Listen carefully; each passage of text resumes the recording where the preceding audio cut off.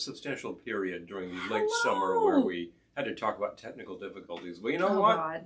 I don't want to think about those but you still have to actually hit things 20 times to get them to work on this end. So that's what we're doing right now. Okay. But at the meantime, hello, folks, wherever you are. And welcome. Okay, let me mute. We've got you on the Facebook and the YouTube as usual.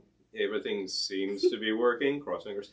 And there we are. If you're in one place, you can be in both places. If you are watching on one of those smart TV thingies, you can't comment, so I don't know you're here. I'm turning off the closed But let me know captions. later. Yep. Okay. Yeah, I don't think I need to read myself, do I? No. I definitely know what I'm saying. Hello. No, nor do I need to hear myself while we Hi, go. Abra. Good to see you. Yes. And Yay. Gang is getting here. Hi, Dime. Hey. And hi, hello, Jennifer. Sarah. Good to see you. Yeah. Yay. Hello. Wow. Hi, Mom. Hello. All right. Hi, Hello. John. Hello. Good to see you. Hey, howdy indeed. I'm really excited about my drinks tonight, I have to say. We got a couple of requests from Patreon patrons, which I'm super excited about. So, and one of you was here already, so I'm very excited about that. Bing, bing. We have actually programmed things Hi, specifically Lisa. for you, because after all, as patrons, you get a little something extra. You get to choose some things that we do here. We do take requests. Move my battery out of the way so I don't trip on it. Yep. Well, you don't want to do that. That'd be painful. Yay. Anyway, yeah.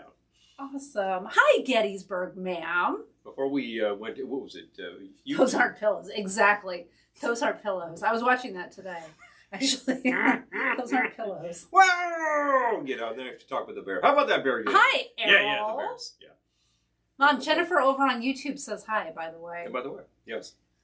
So, what was I just thinking of? We had 5 people before the broadcast waiting on YouTube, was it? We did. YouTube. Isn't that kind of exciting? It warmed my heart to know people were waiting. waiting. Thank you. Like, well, we saw them and we said, well, then let's start the Hi, podcast. Roberta. No doubt like to press it. Yeah, it was very exciting. It did my heart good. We've been starting them a little early. I know. Hi, Julie. Just to, make sure that we're up and running. Not too much early, a few minutes maybe. But that's really cool. I'm glad that people are anticipating what we're doing. And again, like if you have any ideas, send them along. I don't like to get cocky. No. But I will say that I'm feeling a little less stressed about the technical difficulties since we're in a groove. Yeah. We seem to be in a groove. Knock on wood. Yeah. We seem to be in a groove. That little wooden head. Hi, Clinton. Good to see you. I always do that. It's a drag when these things happen. We did get a really good explanation from our camera company. We had a conference with them sometime, I guess it was in September when we were having these issues. No, it was earlier, later, I don't know. So like that. Was that just September? I think feels like it was about 6 months ago. I think it was just September because that's around the time these things were happening. And honestly, they were very good. And the guy said, this is just a peculiarity of YouTube. It's going to happen. So here's the workaround. There's another way to put that, but it's a workaround. And it took me a few weeks to get the workaround to work around. But it happened. But you punch it in, and it seems to be working. So cross those fingers. In the meantime, we can do 2 big platforms. We can do others too. We just haven't quite gotten around to it. Oh, Gettysburg, man, we did too. Oh yeah. First snow. It wasn't supposed to snow here. I was pretty put out actually. It wasn't supposed to snow here. What? Whatever. It's gone now. It is actually has dissipated, and I think that your area you probably got more. Was in more of a weather pattern that was likely to receive that, and but ours will do it. Errol was saying we watched the movie yesterday, laughed about the paper bag that Doug Griffith had at the airport. We were commenting on that, and I don't remember what it was. Oh yeah. But we were commenting on it. We did see that. Yes. Yeah. And I'm totally forgetting. So if you remember, just drop it right here. And you know what? I saw it in a picture today, too. Whatever. Yeah. Funny business, folks. Yeah. Funny business. Yeah, we got to sprinkle. Oh, Southeast Michigan, too. I think my family got it, too. Southeast Michigan, I would highly expect that under these circumstances. And not too surprised if that's the case. I have heard people say Milwaukee gets walloped under these circumstances. We're likely to get it just because we're in sort of a depression and we're right near the foothills of the Catskills, and a weather pattern moves in and says, I'm going to hang here for a while. If you're happy about it, great. If you're happy about it, rock on. I just wasn't expecting it. That's all. I was expecting that we were going to get some... Of the Mounted Canadian, yes. Thank you, Errol. Oh, yeah. Hi, Alan and Elizabeth. Good to see you. Back when you could buy that sort of thing at the airport, right? The thing is that I was thinking of our remaining herbs outdoors. All of the pepper plants died at that first frost, but the rosemary and the thyme are still going well. I said, I want to keep them going at least until we stuff a bird with them. And after that, it's going to get dicey. Hi, Eric. So I brought them in. And, right now they're just kind of hanging in a more of a temperate environment. And as long as you give them enough water and light, then they'll be just fine. I want that rosemary to go. You got to put that in the bird. I'm telling you. We've been live for 5 minutes. I don't have a drink in my hand. I'm looking at my hand. Hello? So. My hand. Do you see anything in it? Oh. Hello? Time says got a little bit of snow here in Chicago, but mostly didn't stick. That's like here. Yeah. As soon as the sun came out, it was gone. But got it. But I tell you, the top... Hi, Johnny. Top temp today was reading something like 41F, and boy, does that feel clammy. You're barely out of the 30s. It's just you're still feeling like our temperatures are not getting out of the 40s for a while, foreseeable future. So our little warm spell is over. It was whatever. It's November. What? It's November. Not this past Monday, but 1 week ago Monday. So it's like 10 days. We're in Manhattan, and it's something like 78 degrees. Yeah, Eric, we got a dusting. Wasn't that it? Some people got more. What? Like a mere 10 days ago or so, we're in Manhattan. It's like 78 degrees. Oh yeah, it was. Yeah, it was freaky. It was broiling. It was freaky. I was. I don't need this jacket. And then just days later, it's like, oh yeah, drop right melted. Drops right out. Gettysburg melted too. Got it. I'm glad to not be in a kind of pattern at this point in November for that sort of thing. It's going to be cold. Hi, Bill. Let's not kid ourselves. That doesn't mean I stop grilling or anything. I mean, jeez. Okay, so what would you like to make first?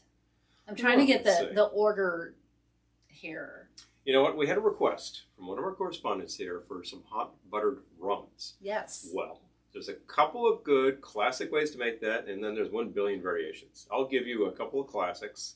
They're a really good way to go, and they're very simple. So what about the variations? Well, we have the one in a variation, and since this is close to me, I'm going to go with like the simplest way to do this. Start with hot water. Oh, he's turning on the water. Turning on the water. That's what I'm doing. You know what I do not have is a hot mug. I need to get a couple of hot mugs. Get a mug. Well, I'll make a drink in the meantime. You make a drink. Okay, so we had a request from Carradine, but are you here, Carradine? If you're here, I'll make yours first. And if not, I have another one to make. Hi, Lisa. Yeah, okay. Yeah, it didn't stick there either. Got it. Oh, an all-day IPA and honey jack. Oh, nice. Okay, that sounds great. Mm-hmm. So, Paul would grill in Antarctica. Yes, he would. He would. This is approximately correct. I finally last night was like... Whose comment was that? John. Do you really want to do this? Well, if you take a look on our YouTube channel where we have all of our historical videos, what is it? All of... what's a while ago now? I think it must be the better part of 10 years. We had grilling in the snow, and then we had grilling in the snow part 2. That's crazy. We'll be out there. There was one day where we had literally 10 inches of snow on top of the grill. I said, let's make a video. So I go out there and I start by digging it out. And then like, I'm starting to put stuff on the grill. Bad idea. Camera operator hands me a beer. I'm like, oh, I'll put it right into the snow, keep cold. It's hilarious, you know? Okay. And of course I'm out there in short sleeves. There was sun. Well, I'll wait and see if Carradine makes it to make her drink. Yeah. If she doesn't make it, I'll make it anyway and send her the recipe. We have Prometheus, so we could actually do that part of rum. There we go. Cold in Central California is 45 degrees. Oh, Kelly's favorite after or during sewing cocktail. Oh, recovering from the Seam Ripper. Oh, Jennifer. You really can't go wrong with a margarita in these situations. Sometimes when she's just feeling it and she's at a computer screen and it's been the 5th attempt to do something with one of these functions. Paul wouldn't grill the penguins. He would not grill a penguin, would you? I would not. Would not grill a penguin. No. Penguins are noble birds. They're so dapper. They are. It would be like, putting your okay. It's like putting your maitre d' to the torch. Why would you do that? So, for my first drink, I have called it the Del Griffin. And I'm taking it off of the scene toward the end of the film where he and Neil, Steve Martin, are in the hotel room and they're drinking out of little airplane-sized bottles. Final hotel room, which Dell can't even pay for. Yes. He offered the guy a Casio and $2. Yes. So, $2 and a Casio. A Casio. It's hilarious. Hilarious thing. It really is. I'm going to have to say goodnight. Yeah, I tell you. The guy behind the counter. We've certainly lost a great talent in John Candy. Yes. Remove that. So. Okay, so for the Del Griffith, I've started with 2 ounces of light rum, because that's what he's drinking. Mm-hmm. Hi, Keith. Good to see you. Always wonderful to see you. Okay, and then I'm going to do a 1/2 ounce of Frangelico hazelnut liqueur. I'm going to pause that for a moment. And then I think you'll see where I'm going in a minute. But 1/2 ounce Frangelico. And I'm going to do a 1/2 ounce walnut liqueur. So two different nuts. There are the nuts. All right. Can you hand me the walnut, please? Thank you. I know it looks disgusting, but it's homemade walnut liqueur. It just looks very creamy. It's got all that like nut oil, which sort of like settled on the sides of the bottle. It looks really super murky. Okay. But this was actually a few years ago you did that. I did. It does have great walnut flavor.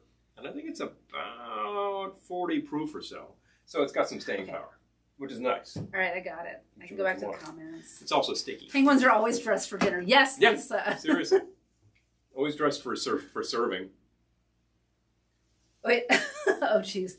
Oh, in the hotel room, Steve recalls what John said recently.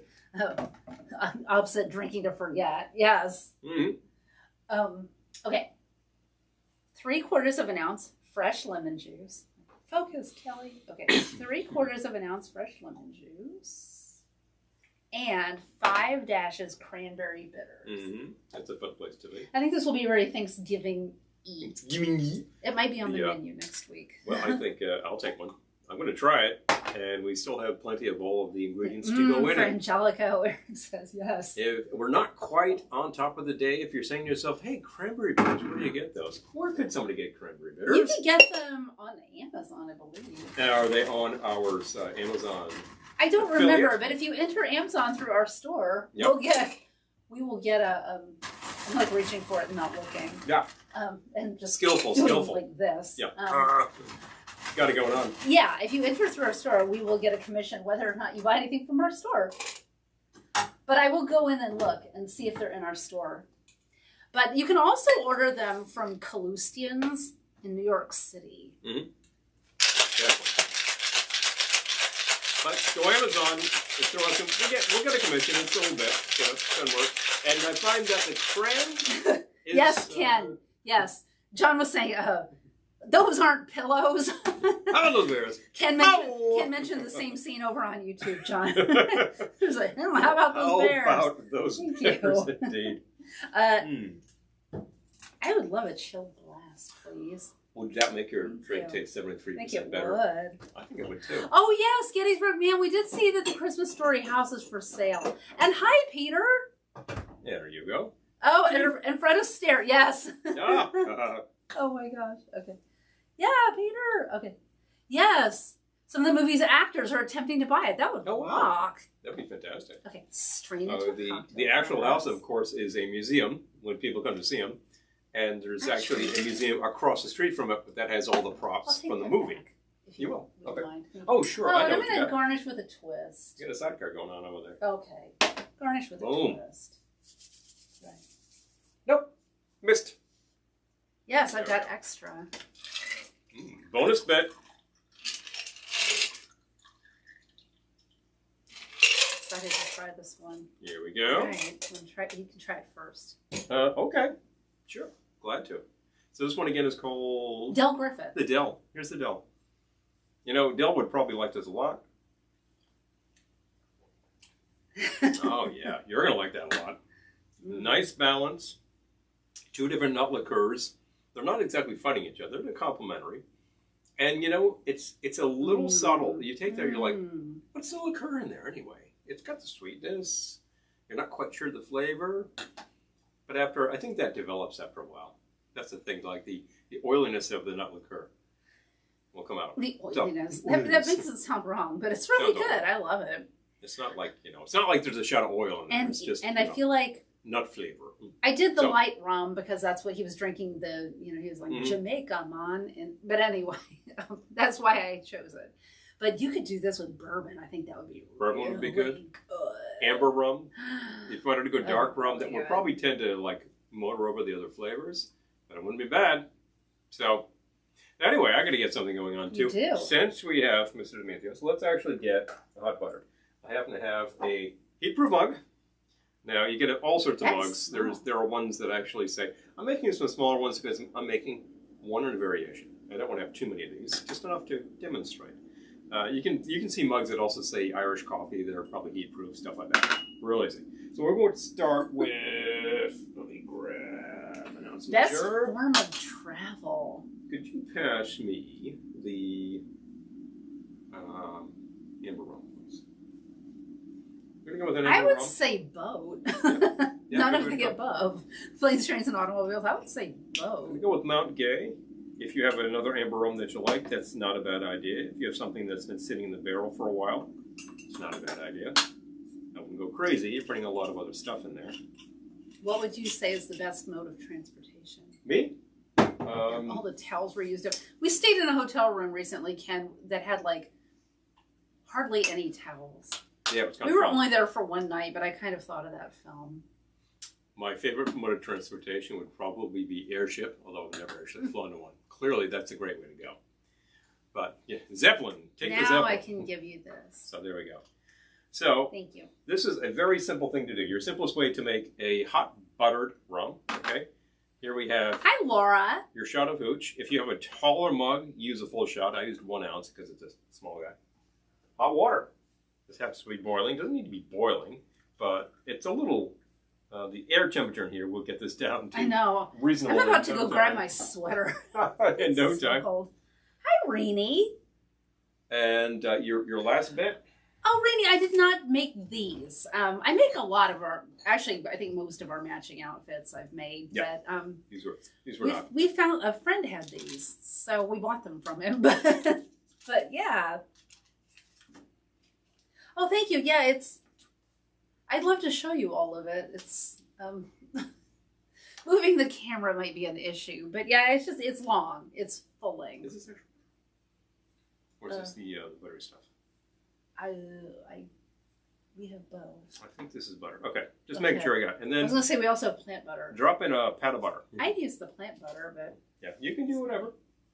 I think this is best off with actual butter because that's the idea. So that again. Oh, cruise ship. Yeah, I think boat ship for me. This was really simple. It's just the rum, the hot water, and the butter on top, and the butter will just melt in, and you got yourself a nice winter warmer. Errol agrees with you about airship. Oh, and Ken says hot buttered rum calls for an iron poker from a tavern fireplace. Yes, that's the old video fireplace. Just you pour all the ingredients in, and then you grab that hot poker, and you do that to to get it hot, but it also adds that scorching flavor, which is fun. So travel, yeah. Oh yeah, travel by Zeppelin. Yeah, I made a poster. We did a crawl room at Ohana, like a room crawl. It's like a pub crawl, but between hotel rooms. In rooms. But anyway, we did a crawl room that had a Zeppelin theme one year. And I made a poster that said, New York to Hawaii in only 45 hours. So what a great way to go. Apparently it was just silent travel. You couldn't even tell you were moving. Oh, I forgot to add a twist of lemon. It's not a bad idea here at all. If you want to add a little lemon juice, sure. I'll try it. Sure. Give that a whirl. You need a saucer with these. Yeah, I kind of do. Yeah. Oh, tonight would be a great night to enjoy Fireball cinnamon whiskey. Oh, it'll get I just want to warm my hands on it. Just want to hold up to this and away we go. So that's a fun thing. There you go. Yep. It's a simple thing. It tastes a little thin until the butter melts in, and then you've got like a little layer, except for the Hindenburg, yes. Yeah, that wouldn't have been. Yeah, all except for that. We can bear in mind that the Hindenburg made an entire season of successful crossings, but on its second year, first voyage, that was it. Apparently it was taken down by static, and it's not just the fact that it was full of 5 million cubic feet of inflammable gas. It was the fact that the entire coating of the thing was aluminum powder. Oh, got to vote you for spark that, that's definitely going to go up. From Abra, so, yep. I like mine with a twist. Oh, yeah. We say that all the time. Very good. So this is a very simple thing. You might see this in reference books also as a hot toddy. I think is pretty much made the same way. Now, that's frequently made with whiskey. You could use a lot of base liquor and make this work. I bet in Scandinavia they might just use this with akavit. So, but you know what? This is a really simple thing. And hot drinks. What's up with hot drinks? Well, when it's really freezing outside and you're out there, hot drinks. You know, Gettysburg Ma'am says, I made some pumpkin spice rich syrup this evening and added my tea. Well, that sounds great. That sounds like, you know, we've got some sort of spiced pumpkin syrup out there. I never thought of adding it to my tea. Oh. Well, maybe you could add it. You could add it to a hot buttered rum. I could try There's a variation. There's a very good idea. That would add some nice flavors. Oh, Lisa and I flew in a Ford Trimotor. Oh, wow. Oh, my gosh. Noisy, slow. Wow. Yeah. Well, that's a classic way to go. Yeah. The thing about the Zepp travel we can bear in mind, we have some good books about Zepp travel. The airship era. I call it a Zepp. And these were the first commercial airlines, circa 1912. I think the Zeppelin company was actually creating people around Germany, several stops. They made many successful trips. I don't think they had any accidents in that period. And then the wartime, they were war machines. Totally flummoxing that one. They were war machines, and they were the first bombers out there, so that's a pretty negative aspect. And of course, they were very, within no time that they were countered, and their fatal flaw is what brought down most of them. But the post-war period actually saw a renewed interest in airship travel, and that's kind of like the classic era right there. But if you take a look at what a ticket cost on the actual Hindenburg, I think I saw a quote of something like $3,500. This would be 1936. Wow. Okay. So this wasn't cheap. This was definitely for the well-to-do. This ship did not hold 4,000 passengers, but it was a great way to go. Peter likes to travel by planes. Yeah, I mean, obviously, if you need to get somewhere quickly, it can't be beat. In terms of modes of transport that I can access, I really enjoy traveling by train. Although you hear a lot of really negative stories about our train system. I have mixed feelings about the train. Oh, yeah. It's a lot better than driving into the city. Yeah. So I will give it that. Yeah. Well, in terms of an actual transit, I've hopped on. Gosh! I've hopped on a train to get into the big city, like an actual, suburban train to get into the big city now for 30 years anyway. Lisa says it was the one they used in the Johnny Depp movie Public Enemies. Wow! Oh wow! That's exciting. Wasn't there a Zeppelin dock on top? Yes, there was, John. A Zeppelin dock on top of the Empire State Building. I believe there still is. Hi, Doug. Good to see you. Doug says a sailing ship is my type of airship. I'm boat. I'm team boat. Well, Mr. Four-Deck might actually think that a sailing ship's the way to go. Yeah.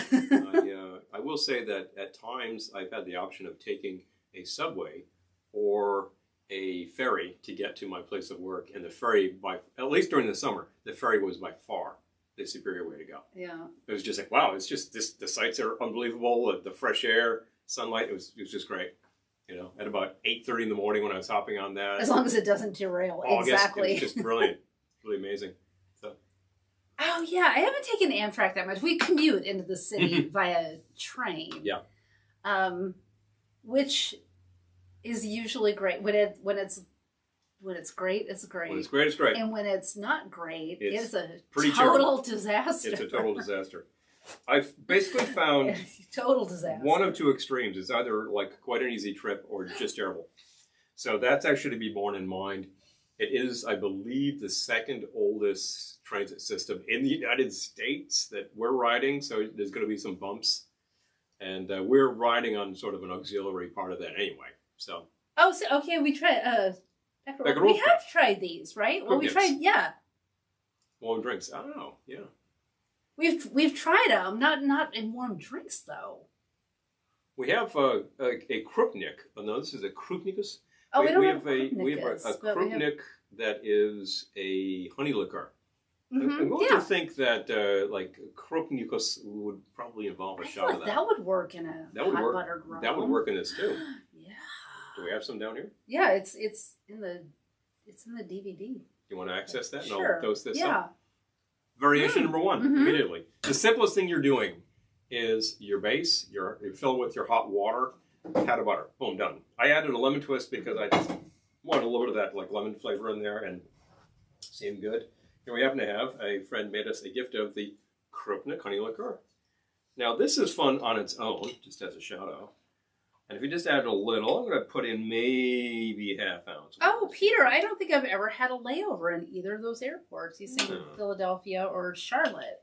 No, can't say I have. I've spent lots of time in Philadelphia, and I played Charlotte on tour, but I was never flying. Oh, Experimental Aircraft Association flies the Trimotor, and they tour the country. Oh my gosh. Wow. Tickets for I feel like $75 isn't bad for that. Oh, Bill says 2 trains every 30 minutes. Wow. Oh my gosh. Okay, try that. Let's see. All right, I'm going to add the honey. Okay, so you add the honey liqueur, and now that's just cold medicine. Wow. Especially if you add a little more of the hooch. But it gives it a little more flavor. It does give it a little more flavor. Okay, so is that going to be variation number 3 or? That will be variation 1 off of this guy. Okay, so how much did you add? That was an ounce of,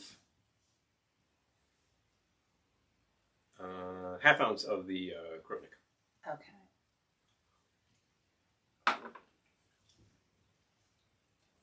So that's a really good idea. And if you say, thank you for the idea. If you're saying to yourself, gee, I don't have honey liqueur, like Baron Jaeger also, you could add just a teaspoon of honey. I think that would work fine. If this is looking an awful lot like the sort of thing that your grandmother might have given you when you had like a really bad chest cold, yeah, well, I'm calling it Hot Buttered Rum 1. Yeah. Very original name, I know. Very original. That's very original. It's very original, like you. Anyway, right. But yeah, the simplest thing is just your hot water with your rum, a little bit of butter. I think the butter is kind of essential. Yeah, otherwise, it's a little thin. You can see pictures of Zeppelins docked on top of the Empire State Building. It's fascinating. Now, I've heard people say, well, that's stupid because you don't exit a Zeppelin from the nose. You were able to. Take a look at the R101. That was the English airship. Oh, my gosh. Okay, so Lisa says, I was on the Anthem of the Seas 2015, and it lost its stabilizers. Oh, snapped off. Snapped off. It was so deadly. I've never prayed so hard. It was sideways at times. We all feared for our lives. Oh, my gosh. Yowza. Karen, I waited to make your drink, so I'm glad you're here. Okay, good. So that'll be my next round. There we go. So, but yeah, I'm glad you're here. Yeah, oh my gosh. Okay, yeah, John says, it's like butter. It's butter. It's butter. So. Julie says, my dad would make hot Krupnik with vodka and honey. It was so delicious, but you had to be careful not to breathe on the vodka fumes. So this one over here is making bitters. You know, we use bitters all the time here. Yes. She's making orange bitters. I'm making orange and apple and an apple right bitters, now. right? And she made them with a base of Everclear, and she puts the base, the infusion, what's extracting the flavors is high. The apple has high proof bourbon. Oh, okay. So yeah, one has bourbon and one has Everclear. Either way you go, but the Everclear is 190 proof. You actually strain that stuff out, and then you just add the pitcher that it came in, like that big Tupperware pitcher. And I just managed to like take a look in, and I get a whiff. I'm like, falls over. Woo! You know, just the alcohol fume. Don't light any matches. Don't do this while you're cooking because the pilot light will. I was thinking of Christmas Vacation. You know? Don't drop that. Don't drop it. Boom. Yep. Uncle Lewis. We have already watched Christmas Vacation once. So what's the matter with you? Yeah. Oh, well, there will be more viewings, particularly as background. Mm-hmm. We actually do, in fact, have planes, trains, and automobiles going on over there right now. Jan. Good to see you. Yep. Can't have Everclear. I don't think we used to be able to buy it in New York either. No. I think we had to go to New Jersey, but suddenly we can buy it in New York. It's interesting that you can do certain things in New Jersey you can't do in New York. What? It's like the kids say, it's whatever. you can do something in New Jersey you can't do. Yeah, like what? Hide a body? But yeah, you could buy Everclear there. And I think it was actually a better price per capita. But suddenly we can get it here now, and also other high proof stuff. I used to confiscate it at the airport where I worked in college. Did you keep it? Yeah, well, what happened with that? Could you keep it? My gosh. Did it simply disappear? Oh, drop the bottle. Yes, it is. Yes, John. It is. It is. Yes, it is. And if you're saying it's going to be watered down. So if you're saying to yourself, well, what does that taste like? 190 proof. I would say, don't try this at home, kids. Oh, okay. Rainey is saying, which is better, moonshine or Everclear? They're about the same proof. I would say the moonshine I've had. Moonshine's east, moonshine's west.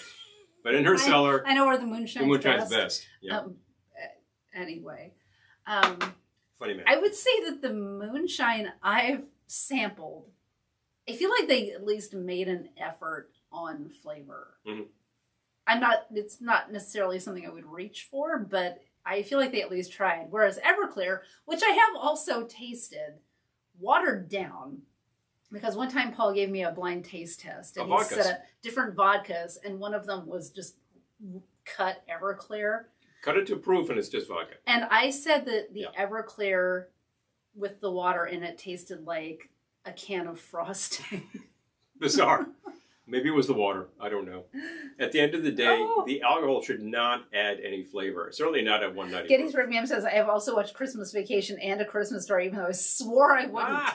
I know. Well, you know. Go for it. There's that pull. Go for it. There's that pull of the greatest Christmas gift you had ever received or ever would receive. The moonshine in the bathtub, or is that gin? That's gin. Yeah. That's gin. Why was it bathtub gin? They weren't making it in a tub. No. You were actually, that was the place it was the only place that had a tap tall enough to fill your 10-gallon container. Mm-hmm. That's why.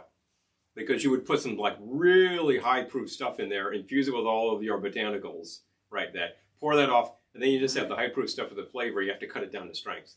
Strength being about any proof. Lisa says, when I was taking my respiratory therapist classes back in the day, respiratory therapists used to use vodka as breathing treatment for patients with pulmonary edema, but they discontinued using it because the nurses and respiratory therapists were taking samples. Well, you know. Oh, hi, Michael. Good to see you. Oh, and Nora. Hi, Nora. Good to see you, too. Hello. Yay. Hello, you too, indeed. We're talking about free drugs over at the hospital. Oh, Carradin's asking if anyone's going to watch the new sequel to A Christmas Story. I reckon if it's available to us, I'll give it a look. You know, it's not my initial happy place, but if they tried and they did something, it may be worth a look. Yeah. I will give everything credit. I'll watch anything until known otherwise, because we've certainly been dissuaded from motion pictures. Oh, that's terrible. It's horrible. And then we'll see it and say, no, we didn't think so. So. Oh, there was one recently where, Weird. The Weird Al Yankovic movie. We heard some bad reviews of Weird. Yeah, someone on some group calls on. I was like, it sucks and everything. So we were going to watch it anyway. I was like, this is hilarious. We were going to watch it. I wasn't listening to any fool on one of my groups there. So I just took a look. Not this group. Yes, Peter, there is a Twilight Zone Christmas episode. Yes. The one with Art Carney. First season. Yep. One of the shows that they had to do on videotape to save a buck. So it looks kind of funny, but it's actually very well done. And you get Art Carney. He just, one of those people that Rod Serling really wanted to work with. It's a fun script. It's a good supporting cast. So that's a good thing. I was just saying about. Oh, there we go. John's like right on top of it. Thank you, folks. I was just talking about. We were talking about like proof of liquor and things like that. Moonshine versus Everclear. Everclear is industrial alcohol. It's drinkable alcohol. Industrial alcohol. Nothing fun in there, but it's the sort of thing you would use to like power an engine or something. In terms of drinkability, it doesn't have it. If you were to say, I'm going to take a sip of that stuff, don't try this at home. But if you're like, I'm going to try it anyway because I've got some Everclear. Well, I wouldn't try it out of the house. No, but maybe if you're going to try it at home. I'm just saying, like, nobody should do this just because I was stupid enough to do it. I just said, I thought, we have it. I'll try it. What does this taste like? What it tastes like is liquid fire because it's 190 proof. What is it doing? It's actually removing, like, the mucus lining of your esophagus. It's not a drinkable product.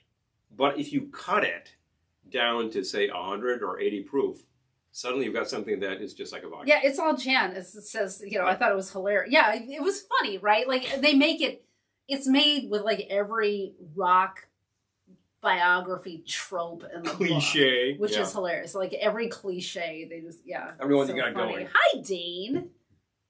Dime. Okay, drunk. Art Carney is drunk Santa. Exactly. Yeah. Oh, yeah. Karen and yes, they're selling the house, but it's still going to be an attraction. Yeah, that's good. Oh, the notation about strip paint. Yeah, strip your throat. At that point, you've just got paint thinner. Strip your kitsch keys. If you take a look at the hardware store, you got some stuff that's called paint thinner, and it's basically alcohol. That's the same stuff. However, the stuff at the hardware store has been altered, so you can't just buy it. People were using it. We're using Everclear for hand sanitizer. In the lockdown. Here's the thing: if you ever try to remove a label from something and you have the bottle of isopropyl, that's something like 70% alcohol, and it'll work pretty well. And then if you got something that's really tough, you grab the 91% isopropyl and you try that. It works better. If you're like, this is just not coming, grab the Everclear. Boom, that'll come right off. Oh my gosh, it's a better solvent. Okay, Randy says, yeah, it is. It's much better solvent. Off the I-65 exit for Hammond, Indiana, the home, of Gene Shepard. Hello.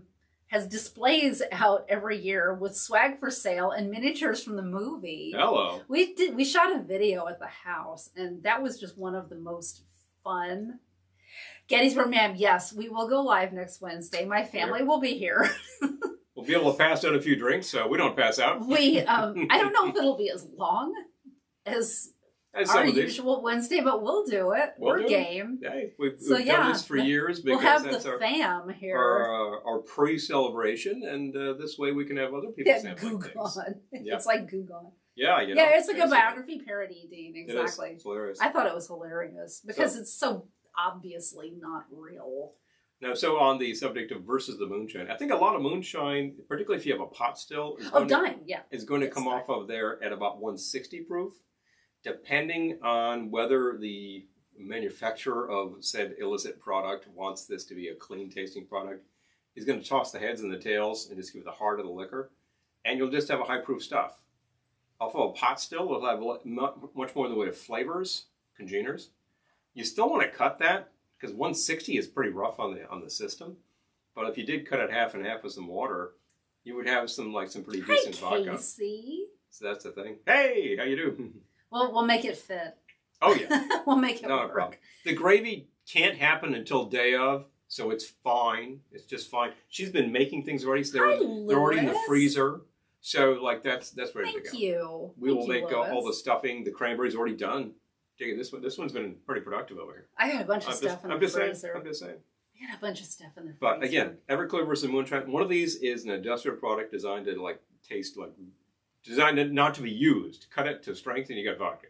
The other one is designed to be illicit liquor, and it might have some pretty funky stuff in there. Oh, okay, wait. Well made. It's just a rough liquor. That's all. Zeppelins traveled at 80 miles per hour. That's slow. Amtrak could reach. Oh, wait. Oh yeah. Oh, one needs a lounge cocktail. So ultimately, I thought this was going to be a math equation. Ultimately, the Amtrak is going no faster than the Zepp. And you're thinking to yourself, yeah, but I prefer the Zepp. Okay, Dime over on YouTube, Rennie goes to the Hammond Welcome Center every year. I love that. Oh, marvelous.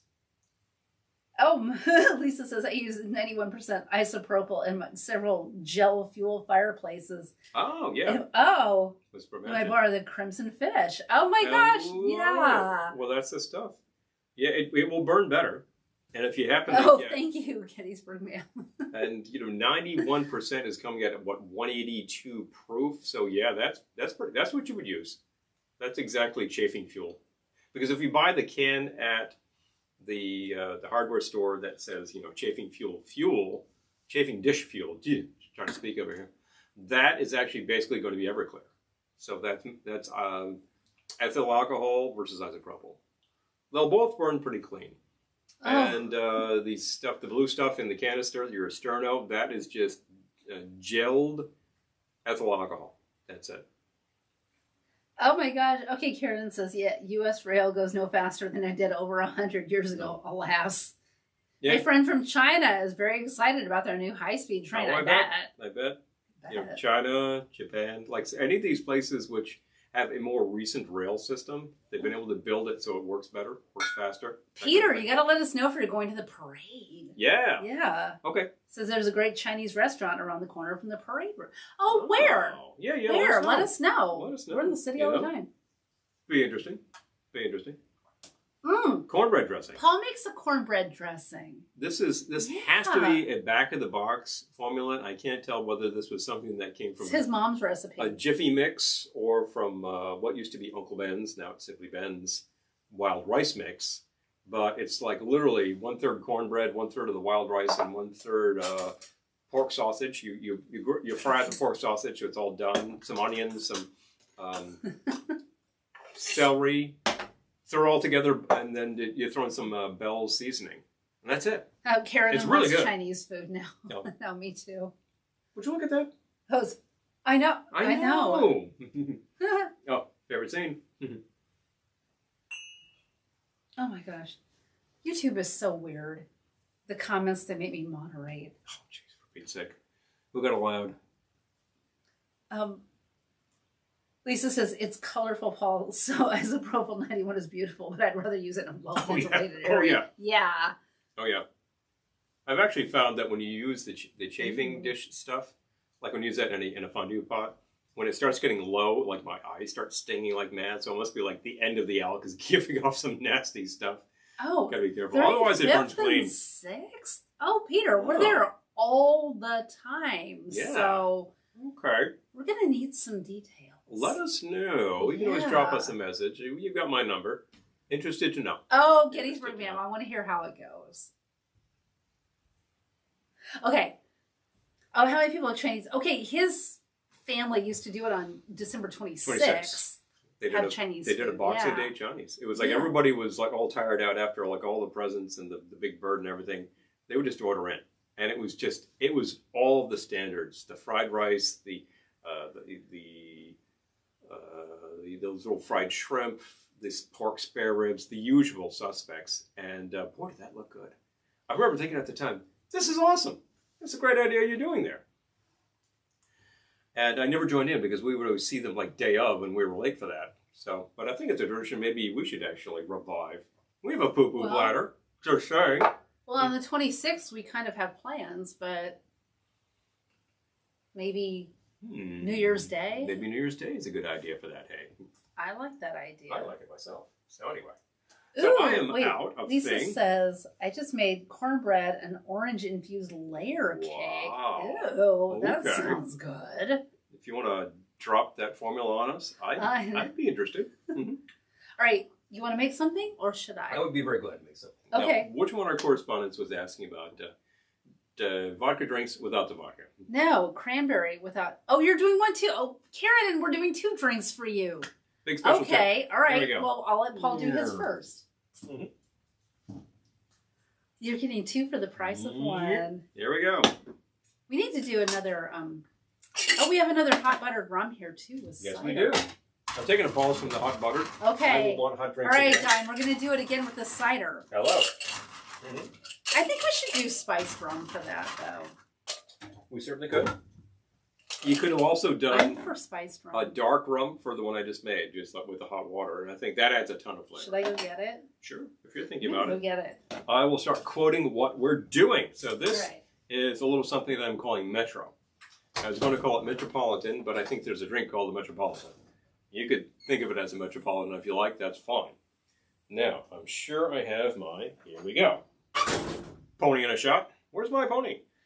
So this is going to be 1.5 ounces of the amber rum. So that's the Mount Gay Eclipse. Great way to go. You could add a little more character by adding something that's aged a little further. But I think Mount Gay in a mixed is a great base right there. Kitsch-en plans. 1/2 ounce of triple sec or Curacao. We happen to have Curacao from Curacao. This is the genuine Curacao liqueur. Our buddy Mike actually saw us last week and had been on a cruise where he had Aruba and Curacao, and he brought us liquor from both places. I know. This is really awesome. Oh my God. Oh, Johnny says Vanessa's family is very Italian Catholic and they do the 7 fishes dinner. Oh, the fishes. Nice. I've wanted to add a little seafood to the dinners. I've added shellfish to Thanksgiving. Duck. Wow. There we go. All right, what else am I doing? I did a ½ ounce worth of lemon as well. Okay. Do you need your... Everything's still the same? Yeah, ounce of cranberry juice. I have the best idea for the next hot buttered rum variation. Okay. Why don't you go to town? No, I'm going to do Carradine's drink. But, okay.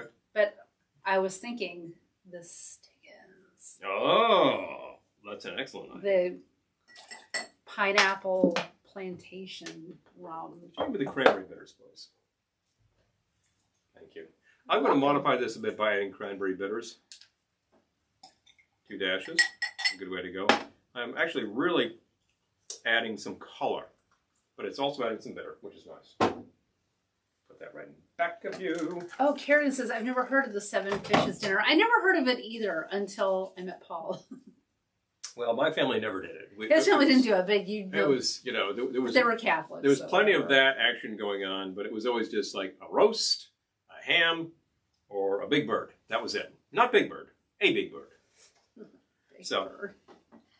Glad to hear that. Yep. Anyway. Shake the ice.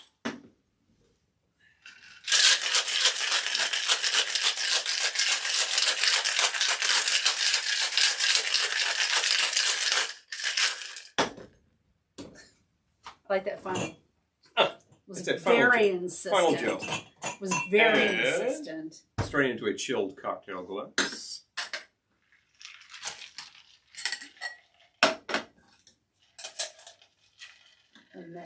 Metro. Riding on the Metro. Absolutely. There you go. Well, that's if this really full. Pretty full. A little full, a lot of sap. A lot of sap. Ting. If this sounds an awful lot like what you might put into a Cosmopolitan. Yeah. No vodka. Went with rum. I went with rum with a little bit of flavor. Very worried about this. Yes, very carefully. You meet it at the bar. Good idea. It's like a cat. Didn't even have room for the twist, which I'm going to add. Here we go. I decided to add the cranberry bitters because I wanted that color. Oh, Jan, I bet that does feel odd. Mm-hmm. Yeah, it's all Jan says. Not to be a downer, but it'll be more, okay. Yeah, yeah. Yeah. Oh, I know. Yeah. Certainly when if the parents aren't around, you just feel like, and maybe this is just the time when second year, but it still feels odd. I get it. I mean, it's just the time of year where you reminisce and you remember all the great things that they gave you and taught you that you still have. And that's the way I like to look at it. You know, all those things that my parents did for me. Yeah, they're both gone now. All those things that my parents passed on to me, they're still in the back of the head, and they inform a lot of what I do. So that's a good thing. Oh, Peter says, I would recommend a nice Cotes du Rhone for the Thanksgiving festivities. I know, we haven't even thought about wine yet, but... Perhaps we'll look into it. Cotes. Good idea, huh? And Gettysburg Ma'am says, okay, question, more Christmas related, you all still send snail mail Christmas cards? We do. We do. We do. We do. Does that... Feel free to chime in. Please. But we do. Yeah, we do. And here's the thing. You could spend a small fortune on made cards. How's that? How's that doing? I think it's good. Yeah, it's a good thing. You could basically, I just made a Cosmo the way I would make a Cosmo with rum, and I used a rum with some flavor. I didn't use a clear rum because I thought that would just taste like a Cosmo, right? But you add amber rum and you get some flavor going on, and also notice this isn't just a candy drink. It's not like juice, 1 ounce of booze, whatever. No. This is more like a 1.5 ounce base and then less of the other ingredients. And it's got the sour in there to balance it out. The curacao is actually quite nice in this. Carradine still sends cards. Okay. Yeah, it's... I don't have any words of wisdom. I just think it is what it is. In the end, you make a... I don't know. I don't have any words of wisdom. There are some simple facts in life, like it continues, and we learn to deal as human beings. Dime says, okay, yeah. Dime says, Jan, I hear you. I'm currently renovating my parents' home. Very odd being here during the holidays, not having them physically, but I know their loving spirits are here. Yes. You'll see so many things that your parents have touched. It's be a lot of time to make cocktails. Yeah, right. Yeah, I think it's like new traditions, you know. Mm-hmm. I think that's what it is. I mean, there's a family you got, and there's a family that you make, and oh my gosh, you can do wonderful things with the family you make. So that's a marvelous thing, right? Yeah. So Lisa says the younger Jen loves bang bang shrimp, bacon wrapped scallops and cod with capers. Oh my god, nothing wrong with that. Hello. Yeah, I do. Oh yeah, I'm all that, and you can do a lot of white. Yeah, Casey. Okay, Casey showed up on YouTube too. Hello, sir. Yeah. Holidays, especially this time of year, this odd combination of cheer and sadness when you've lost family. Yeah. Yeah. I know. I mean, gosh, I have like all of our family stuff. Oh, Gettysburg Ma'am still writes letters. I can't honestly, I know it's going to sound weird, but I really can't handwrite. I have like really bad tendinitis. So I hope people don't take it amiss when they get a printed card from us, but you're getting a card. We will sign them. And what we do is go... Oh, Johnny says we load up on wine. Yeah. Wine you can heat up. Wine you can... Oh, wine you can heat up, yeah. I was just there for loading up on wine. We were talking about hot drinks. I mean, of course, a mulled wine is a common thing. In Germany, Austria, your Germanic-speaking countries, I'm sure Switzerland, parts of Switzerland, they'll call that Glühwein, and that's just like a mulled spice wine. And if you're at the market in Heidelberg, and it's about like 7 degrees Celsius, and you're out there going, oh wow, with your nice warm coat on, you're gonna want a cup of that Glühwein. Keratin says when your family's spread out all over and people can't travel. Yeah. That's another thing. Yeah, that happens. You have options. You could always do a conference and see people. People used to call and converse, and it's good to be able to see them in person. We certainly, within the past few years, have had to do the Thanksgiving remotely, and that's the way it was. Peter's talking about we made it happen. Maybe, hopefully, you can catch a really good flick on that day. Christmas Day is the first time I ever saw Christmas Vacation. Interesting. In the theater the year it came out. It is a popular pastime. And he recommends Wakanda Forever, by the way. Excellent. Oh, there we go. I've seen the first one. I haven't seen the new one. The first one was a lot of fun, I thought. So. Oh, Jan says I have like 4 bottles of mulled wine waiting for the holidays. I love the planning. The hot mulled cider. Yeah, mulled wine. Obvious cider. classic. Yes. Just throw that on the stove on a really low heat, and it just smells good, So. All right, so I have another drink inspired by Keratin's suggestion for cranberry cocktails without vodka. I'm calling this one Welcome to Marathon. Edie McClurg in Planes, Trains, and Automobiles. Welcome to Marathon. Can I help you? How may I help you? Yes. And I'm not going to actually speak the rest of that. Oh, no, she says, can I help you? He says, how may I help you? Yeah, I can't actually speak the dialogue from the rest of that scene. You know what it is. It's playing right now on our set over there. How may I help you? Not safe for work or for, public Not audiences. Safe for anything. It's appropriate and it's hilarious. And, of course, she gets in the last word. Oh, yeah. So I would say that the subtitle of this one is You're Effed. Yeah. But I called it Welcome to Marathon. I'm keeping it G-rated. Okay, so... All right, we can go back to comments. Okay, so 2 ounces of bourbon. And I'm going to do a 1/2 ounce of Frangelico. Mm-hmm. I will get to the cranberry. Mm-hmm. 1/2 ounce Frangelico. You want to monitor the comments? I am looking.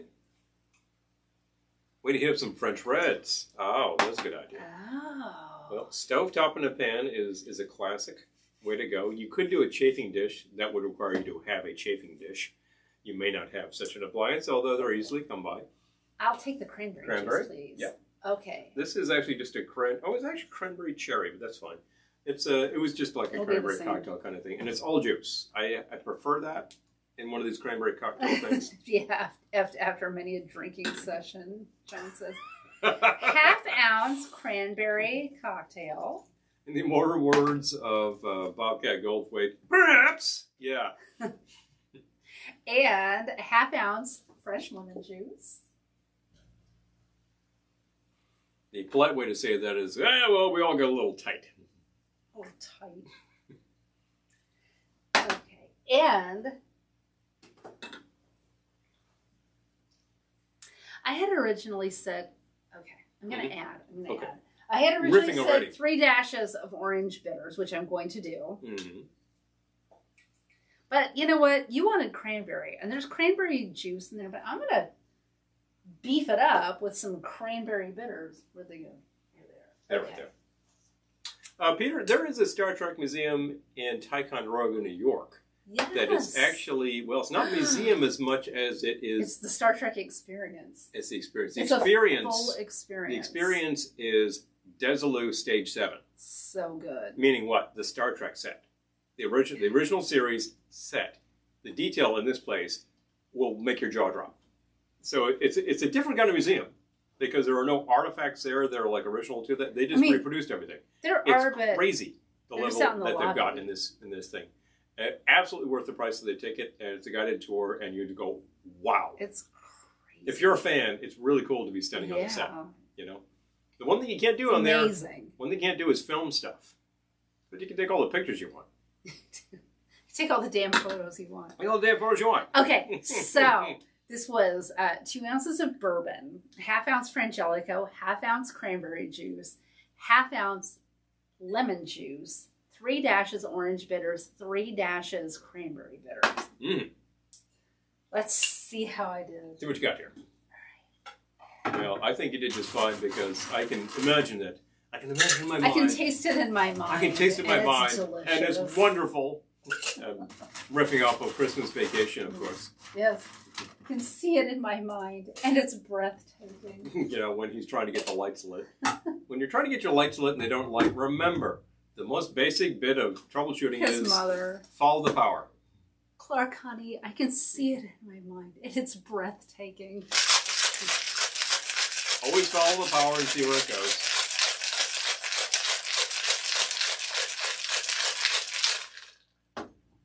Do you have any more of those chilled glasses? Cocktail glasses that will make things taste 73% better? Yep. Yes, we do. Those are the ones. Yeah, those very ones. I'll take one of those if they're available. All right. So this is Welcome to Marathon. May we help you? We'll go back to comments here. How may I help you? How may I help you, please? Aldi has what? Judy Tenuta. Judy Gallagher. Yes. Oh, yeah. Geez, taking the hats off. Couple of notable comedians. Comedians. Oh, John says we used to get Chinese on December 26th every year. Okay. Shrimp and lobster sauce. Well, you're not a fan of, so you're not going to go for that. But I understand, where Jack was coming from. Aldi's and Lidl. Lidl? Have glue don't have that. Oh my gosh, okay. In Swedish, it's Gluck. We have. Oh, R.I.P. Gallagher. Yes, I saw that the other day, right? Yeah. Just died. There we go. Yep, that's our comments right there. So we're doing well.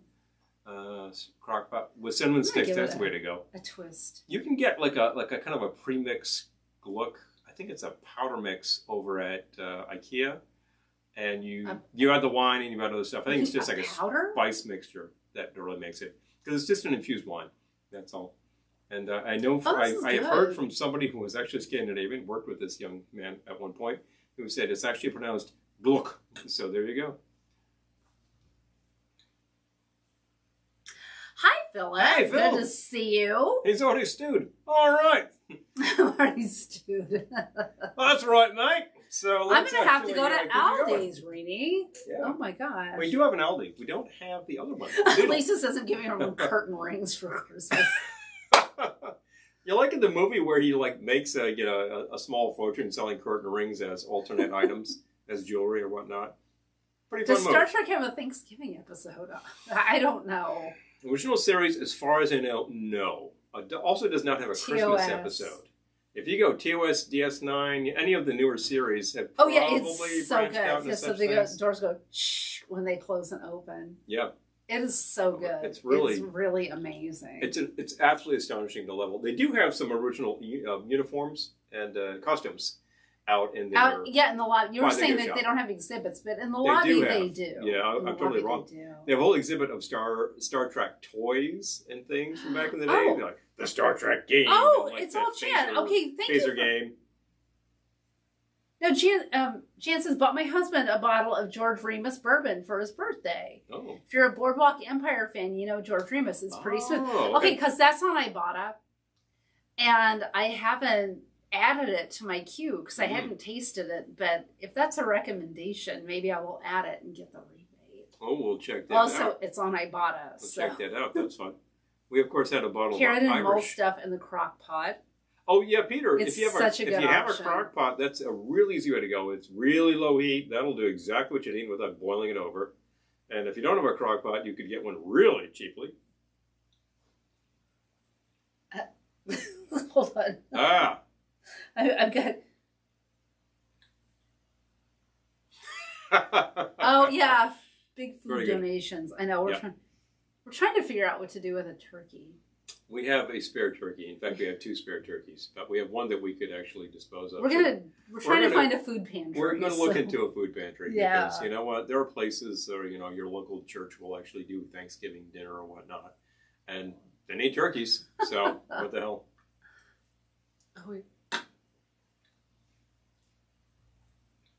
Let's raise a glass to the love goddess and Gallagher. She was notable, abrasive comedian. I thought she was actually pretty funny.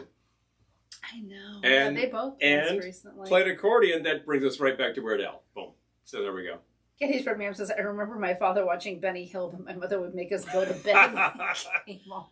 We were just quoting Benny Hill. We were just talking about that earlier today. Everybody knows that the big theme, of course, is Yakety Sax by Boots Randolph. But he also used, I'm sure, a version of Mana Mana. Yeah, I'm certain that he actually used that in scenes. And it was always like Benny chasing around some scantily dressed young lady at high speed motion. So, Yeah, Sheridan, I donated our turkey one year to a local food pantry. So I think we just need to see if they're up for it because we in fact locally have food banks, churches that do like feeding the homeless, etc., and retirement homes. Yep. So Yakety Sax. We have options. Yakety Sax, absolutely. Thank you. That was actually something of a hit around 1963. Boots Randolph was a session player. I believe he was not Memphis. He was probably national. He was probably a national session player. So you have heard him on 1,000 country hits, easy. And he had like some solo stuff, and he does that. And it's like the Booker T hits. There's a couple of hits that you can attribute to Booker T and the MGs.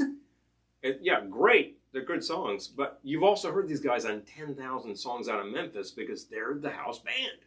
So they're all over the place. I need to interject. Please. John says, my dad wouldn't let me watch Soap, but then would quote it the next morning. Oh, so I just don't know what the hell you're talking about, Dad. Hilarious.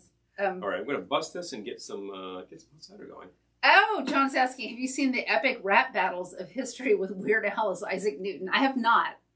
I've seen a lot of them. I haven't seen that We have seen some epic rap battles. Yeah. They're well done. They're pretty funny. And obviously that's the sort of thing that would attract Al. So there we go. Oh, okay. Ken says, local church food banks need turkeys. Talked to them earlier. No one needs a frozen bird. Now, we're going to do this probably tomorrow. Yeah. We're going to pick it up and we're not going to bring it home. We're going to just pick it up and have a place to take it before we pick it up. So they'll have 6 days to defrost it.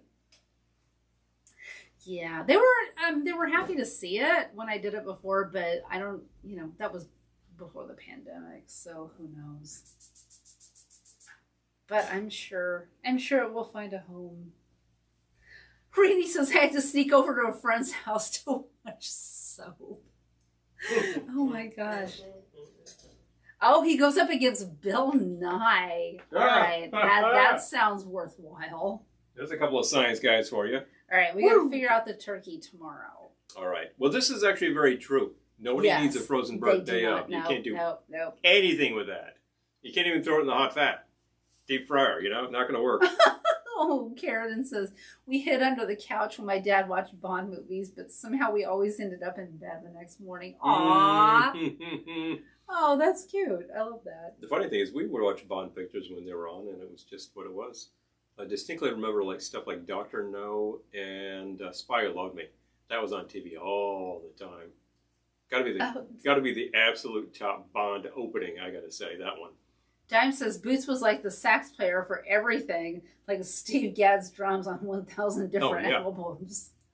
Wow, I didn't know that. I did not know that. Well, these days you can find out a lot about the famous session players, like the house band. Oh yeah, house band from Motown played on 10,000 records in drop of a hat, and they're just awesome. They're just absolutely awesome.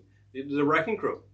The famous Hollywood I know about the session players, crew. And every time I hear some song that I can kind of recognize the drum beat, I'm like, so that's Hal Blaine, Is it Nancy Sinatra? So that's Hal Blaine. Oh. And it's like he's got the punch, man. He's just got the thing. And it's the same thing with Boots. It's like he's the guy who's on all this stuff. He's got a very recognizable Bill tone. Nye, amazing. It's kind of great. Speaking of those Memphis players, Memphis and Nashville guys, Ace Cannon has a Christmas album. Listened to it the other day. I'm like, he's a pretty honking sax guy. And I thought that was a lot of fun. So recommended. Did you play it here? I played it while I was editing some video. Oh. So it was just some background for me. And I said, look, I can access this entire thing. Took a listen. I said, this is fun. I would love to find a copy. I can't say I found it in the wild, although we found a couple of choice items recently. So they will be making their appearance when this all changes up. And, Glenn Campbell, the man with the bag appears. Glenn Campbell was part of that whole scene. You can do a lot of like scholarly articles about this and that record he's playing on, of course. And who else was in there? Carol Kay, that distinctive bass you can hear. Carol Kay. She's on 100,000 things, including some Beach Boys stuff. God only knows. That's Carol Kay. Sean says Weird Al is one of the best white rappers out there. I just said it. Yeah, I said it. Oh yeah, he's amazing. Yeah, who says that white men can't rap? There are some notable contemporary examples. I'm kind of thinking of, who am I thinking of from back in the day? Oh, Ken's asking about the Christmas rotisserie tree. Yes, we will. Right now it's decorated for Thanksgiving. It is. And I did post a video of it. The Thanksgiving rotisserie tree is happening right now. Yes, but I will do a Christmas one as soon as it gets switched out. And the Halloween rotisserie tree has actually passed on to the Thanksgiving tree. Oh, Rhinestone Cowboy. Yes, he is the Rhinestone Cowboy. He is, absolutely. Yes. Oh, Muppets Christmas Carols. We have that record, right? We have a CD on that. Oh, okay. We do have a CD. Yes, yes. Yeah, there's some. We have great a friend stuff who it's her favorite Christmas album. Oh, it's her favorite Christmas album is the Muppets with John Denver. Oh, that was the one. I thought it was her favorite Christmas. Oh, I don't know if it's a special, because there's a whole Christmas Carol with the Muppets, and I believe it's Michael Caine playing Scrooge, which is great, kind of hilarious. Oh, playing Scrooge. Oh, I'm in baby's arms. Yes, remember? Oh yeah. Yeah, we looked that up, didn't we? We could look it up right now. Let's look it up. I'm back in baby's arms. Yes. Oh, BC Boys, Eminem. Oh wait. Yeah, there you go. Oh my gosh. Okay, Gettysburg Map. Such a good idea. We should do a happy hour dedicated to classic comedians. Ronnie. Yes. Oh my God. I love that idea. Whip out some Ronnie jokes there. I tell you. I gotta tell you. Yes. Such a good idea. Big fun. Caddyshack jokes coming your way. Phil Harris is who I'm thinking of. White Men Can't Rap. How about like Phil Harris? Try some of that stuff going on. Yes, I'm in fact talking about the voice from the Jungle Book, but he's pretty awesome. All right, someone will beat me to this, but that can be Emmylou Harris. Okay. Emmylou Harris. Okay. Produced by Jimmy Bowen and Emmylou Harris. Oh yeah, he's a classic rockabilly guy. So big fun. House of Pain. Oh yeah. Oh, okay. So we're talking about. Yep. Emmett Otter's Jug Band. Oh Boom. man. Boom. right like that. I love it. We immediately go right back to the classic specials and the classic Muppet stuff. Now look, the Muppets is a long-standing concept. I mean, you've got commercials for detergent from the 50s, and I'm trying to think of what show they originally appeared on. If they were like on Today's Show with, what's his name? Gary. Oh, do you know Putumayo Christmas? He collects Christmas records, so... We collect Christmas records. Well, we do, but he's really, I've been a specialist for a long time. So let's see. He's a pro. Thank you. I'm a hobbyist. Soka Santa and Junkanu. I actually have a CD that was called the Junkanu Christmas, and it's like some no-name group. It's definitely not. Definitely not Putumayo. Putumayo. I love this suggestion, though. Somebody actually like sold it really, really cheap. So like I've got that. I didn't think it was like really hitting it hard, so I wasn't that crazy about it. But I am happy with a lot of Caribbean Christmas. We have a certain amount of Puerto Rican Christmas music, which is pretty awesome. If you want to talk about, say, Richie Ray, oh yeah, yeah. I get no respect. Somewhere. I love Rodney Dangerfield. Yeah. Oh, I'm telling you over here. So I love. Oh, okay. Yeah. Eric's suggesting Annie Lennox, A Christmas Cornucopia. Do you know that one? I do know the CD. I haven't actually tapped that, but it's Annie Lennox. It's very hard to go wrong there. It's Scottish, so it's not crap. I'm just saying. Man. That's the thing. Oh, yeah. We love all the old crooners, too. Yep. My favorite. Well, all right. All right, everyone. I didn't think we'd go here this evening. Blue Eyes, Rosie. Oh, yeah.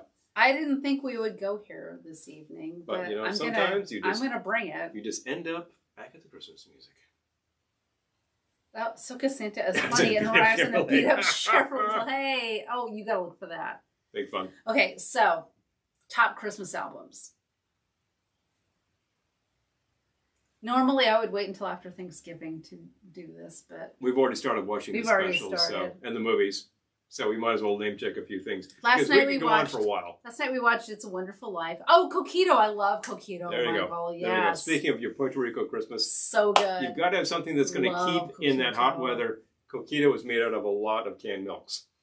And it's pretty easy to make, and it's a little sweet, but you can flavor it with as much rum as you like, and it's pretty. I already went to those fights on a hockey game. Broke. Oh, so anyway, I don't have a whole host of Rodney jokes to whip out here, you know. So. Oh, Karen. Oh, yeah. Well, I love listening to the '80s charity Christmas songs.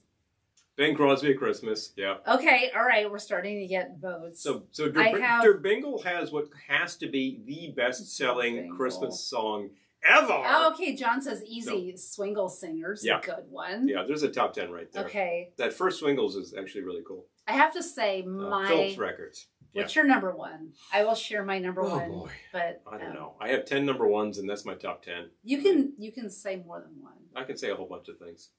I will start out with Andy Williams' Christmas album. Which one? Green or red? Andy Green or red? Green or red. And remember, there's Andy Green, Red, Andy Brown, and Andy White. Just saying. There you go. But green or red? Oh my gosh, my response to that is yes. You know. Eric says, I'm happy that people have been posting on YouTube those flexi discs that Eurythmics would send almost every Christmas to their fan club. I wasn't in their fan club, so I didn't get missed all that. Oh, good. Hey, but I love the Eurythmics. I saw them live. Well, I saw them back in the day. Back within the lifespan of the band. The Beatles did a Christmas flexi every year from 1963 to 69. Kerrigan says, my sister had the Partridge Family Christmas album. Oh, yeah. We just watched that episode. There is an associated episode in the show. John was going to ask green or red. Red, she says. Okay. Go with the red. Okay, and Andy Red. Red is the first one, and it's pretty great stuff. Green, I grew up with both of these, so I'm not partial. We're getting a lot of love for Partridge Family Christmas. And the episode is great, too. And I'll tell you, it is not a difficult to find record. They produced a lot of them. That was Bell Records, and Columbia Television actually produced a zillion of these things. And I think it didn't sell as well as they thought, so a lot of them got cut out. But over time, it did sell, and people remember it well. It's a good record. Diamond saying, I love all the classic crooners. Johnny Mathis is one of my favorites for Christmas. Johnny. That first album, yes. Johnny with the Skis, 1960. Oh, yeah. This is awesome. We've had this for ages. Everybody has had this record. And we had it for a long time before I just like slapped on and listened to it. And once I did, I'm like, that's why this sold 1 billion copies. It's like so smooth. The arrangements are awesome. I think it's Percy Faith doing the arrangements on that. So Errol says... Errol says... I'm waiting for Rob Zombie to put out his Christmas album. No, you're talking. And then Lisa says, over on Facebook... I watched Planes, Trains, and Automobiles, then White Christmas last night. Oh, Two classics. Geez. Two classics. White Christmas, frequently noted as a remake of Holiday Inn. No, wrong. Completely different movie. Oh, Charlie Brown Christmas. That's such a good White. one. Happens to be White Christmas. The Charlie Brown Christmas special, classic. The album, classic. I can't say nothing else. That's awesome. Do you have anything to name or no? I will go back to what I was originally saying. I can't name one. I won't name one. I will start calling them out. But I'll call them out in random order or something. But literally, I could name 100 things, and these are not my favorite. They're my favorites. Right off the bat. Should I go first? Because you're gonna scoop mine. No. The things that I listen to all the time, I have to listen to every year, include the. You'll get another vote for Rob Zombie. Yep. Oh, okay. All right. More Satan than Santa. Yeah.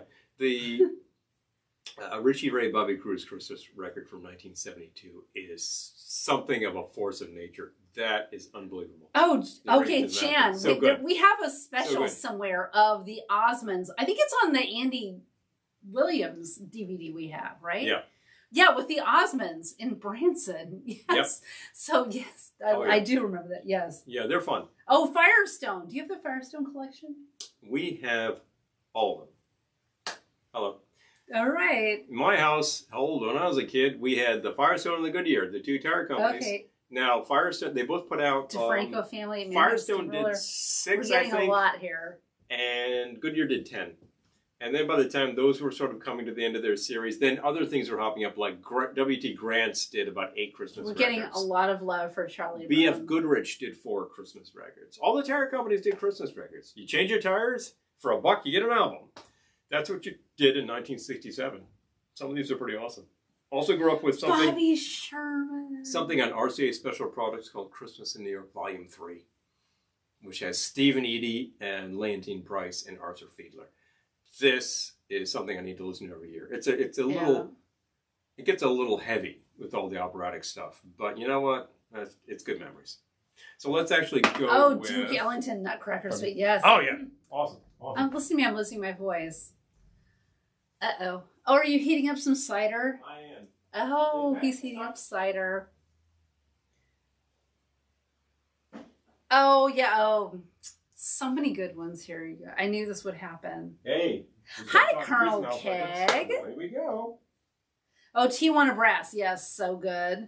TJB Christmas. I did not grow up with that Stephen Eady. So good. We had a lot of TJB in the house when I was a kid. We didn't have the Christmas record. Wow. How did we G.G. Allen. I don't know. Jeez. The G.G. Oh, okay. Who's... Is Peter here? Jeez.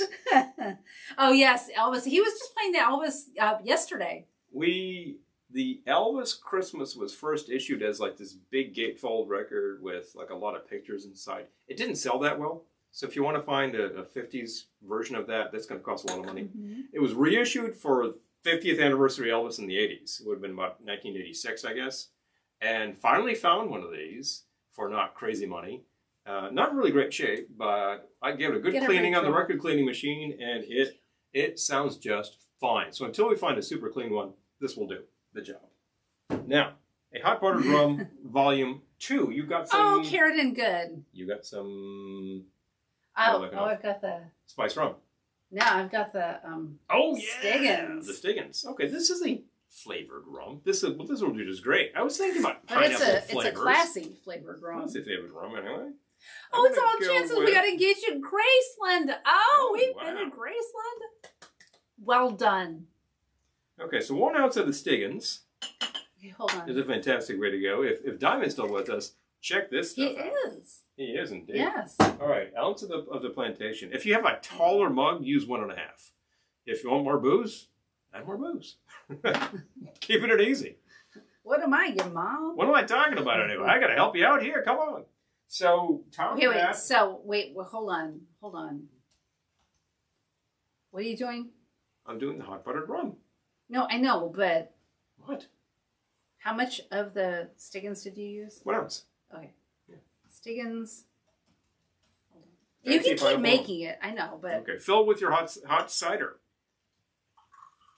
Preferably, you get this from your local cider stand and it's unpasteurized. And if you let it sit around for a while, it starts to get a little fizzy. But so all you put in was the hot cider. Hot cider. That's it. Okay. So far. So you got the Stiggins, the hot cider, lemon twist, pat of butter, cinnamon stick. Happen to have it in my pocket. Got it. Throw that in there. All right. Next, we're all on the same page. You still need the butter. So we're going to find the butter again. Pat of butter. I didn't move it. Don't move it. Still there. This should be something on the order of, like, I don't know, a teaspoon of butter, whatever the actual measure is in a pat. But you put it in when it's hot, so it melts in. Oh, wait, it adds a little body, and when it's really cold outside, you want something a little heavy anyway. Philip says, forced to watch Christmas with the King family. We watch that every year. Oh, please. Christmas with the King. Oh, Noble cider from ABL Rocks. Oh, a chai cider. Okay, we love our ciders around here. I like chai tea, too. We have some chai tea. Yes. Lemon twist, adding that in there because. Getting a little sticky over here and also a little greasy. Right, I'm backing up. But you guys are answering each other, so that's great. Please, please. Okay. We love the King family. And the unpredictable King kitties. Okay, so John when the kids would just go walk about on the stage. John has given me a challenge here. Never reissue on CD, Fair to My Dad's. That would be one thing, and that would be the world's greatest jazz band. Oh, Michael says little Nora used to sneak raw cider downstairs until one exploded. Bang! Got in trouble. Oh. Now, little Nora is kind of sounding like Eloise over here. You know, who lives at the Plaza Hotel. Oh, my God. By world's greatest jazz band, I don't mean the best jazz band in the world. I mean the actual name of the group is the world's greatest jazz band. Great combo. I think it was alumni of Bob Crosby's Bobcats. Am I right about that, John? It's some really great jazz players from 30s, 40s. And circa 1967 or so, there was like some... John says yes. Yep. There was some fat cat who just loved that like big band sound, and he said, "You guys should form a band." So he actually financed the formation of this. This was Yank Lawson, Bob Haggart, actually the two players who put that Somebody's together. name was Yank? I don't think he was duped Yank when he was christened. I'm just saying that they knew him as Yank. I mean, they didn't. Charlie Parker was not named Yardbird when he was a baby. I'm just saying. He had to earn that title. There you go. But anyway, so they put this combo together. And they just got like all of these awesome players. And they actually had a couple albums on Project 3, which are very good. Oh, Vince Guaraldi's Linus and Lucy. Yes. Oh, hello. So good. And then they formed their own label. The label was, I think, World Jazz, and they released a ton of stuff. And in 72, they come out with a Christmas record that is just some kind of awesome. Ooh. Chances, okay, I haven't put this on my YouTube channel yet. 1 cup of pumpkin spice beer, ½ cup apple cider, couple of dashes citrus bitters, ½ shot of bourbon, top off with a bit of seltzer. Yum. Let's see here.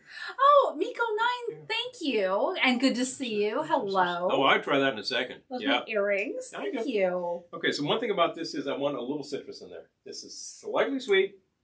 I want to sour it up. That lemon peel didn't quite hit it. So just dash. Let's get it. There you go. So a dash of... Dash of lemon.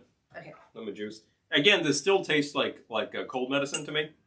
Like, I want to try my throat is horrible. I need something hot. Yeah, make one of these. You'll feel fine. There we go. Okay, hold on. Just... Oh, yeah. That's the stuff. Try that out. Oh, yeah. Oh, yeah. Sort of like a liquid apple pie. Wow. The Stiggins really does this add might be a my note. favorite. Does really add a note. As far as like a hot... There's nothing wrong with a liquid apple pie, I'm just saying. A hot buttered rum kind of thing. I do like using the cider more than the water. The water's really easy. That's like a hot toddy. That's just designed to give you some heat. You know, if you don't have central heat, if it's 1797 and you're in New England, you know, you're gonna want one of these. We have the... If you have the hot poker from the fire and you make it hot and everything, that's a real classic thing. What do you need? Yeah. Soup. I just want to pull the hot poker out of the video fireplace. Yeah. That would be really funny. Hilarious if we can do it. Okay. Right? So. Oh my gosh. Fun. Okay, hold on. So I'm enjoying this quite a bit. I did add the cinnamon stick. That's a bit of special effects too, and it's going to add flavor over time. Did you read this one from Rainey? Hold on. The cider is wonderful. British folks made it in Asheville. Oh. I helped out the owner at the Brugaloo one year.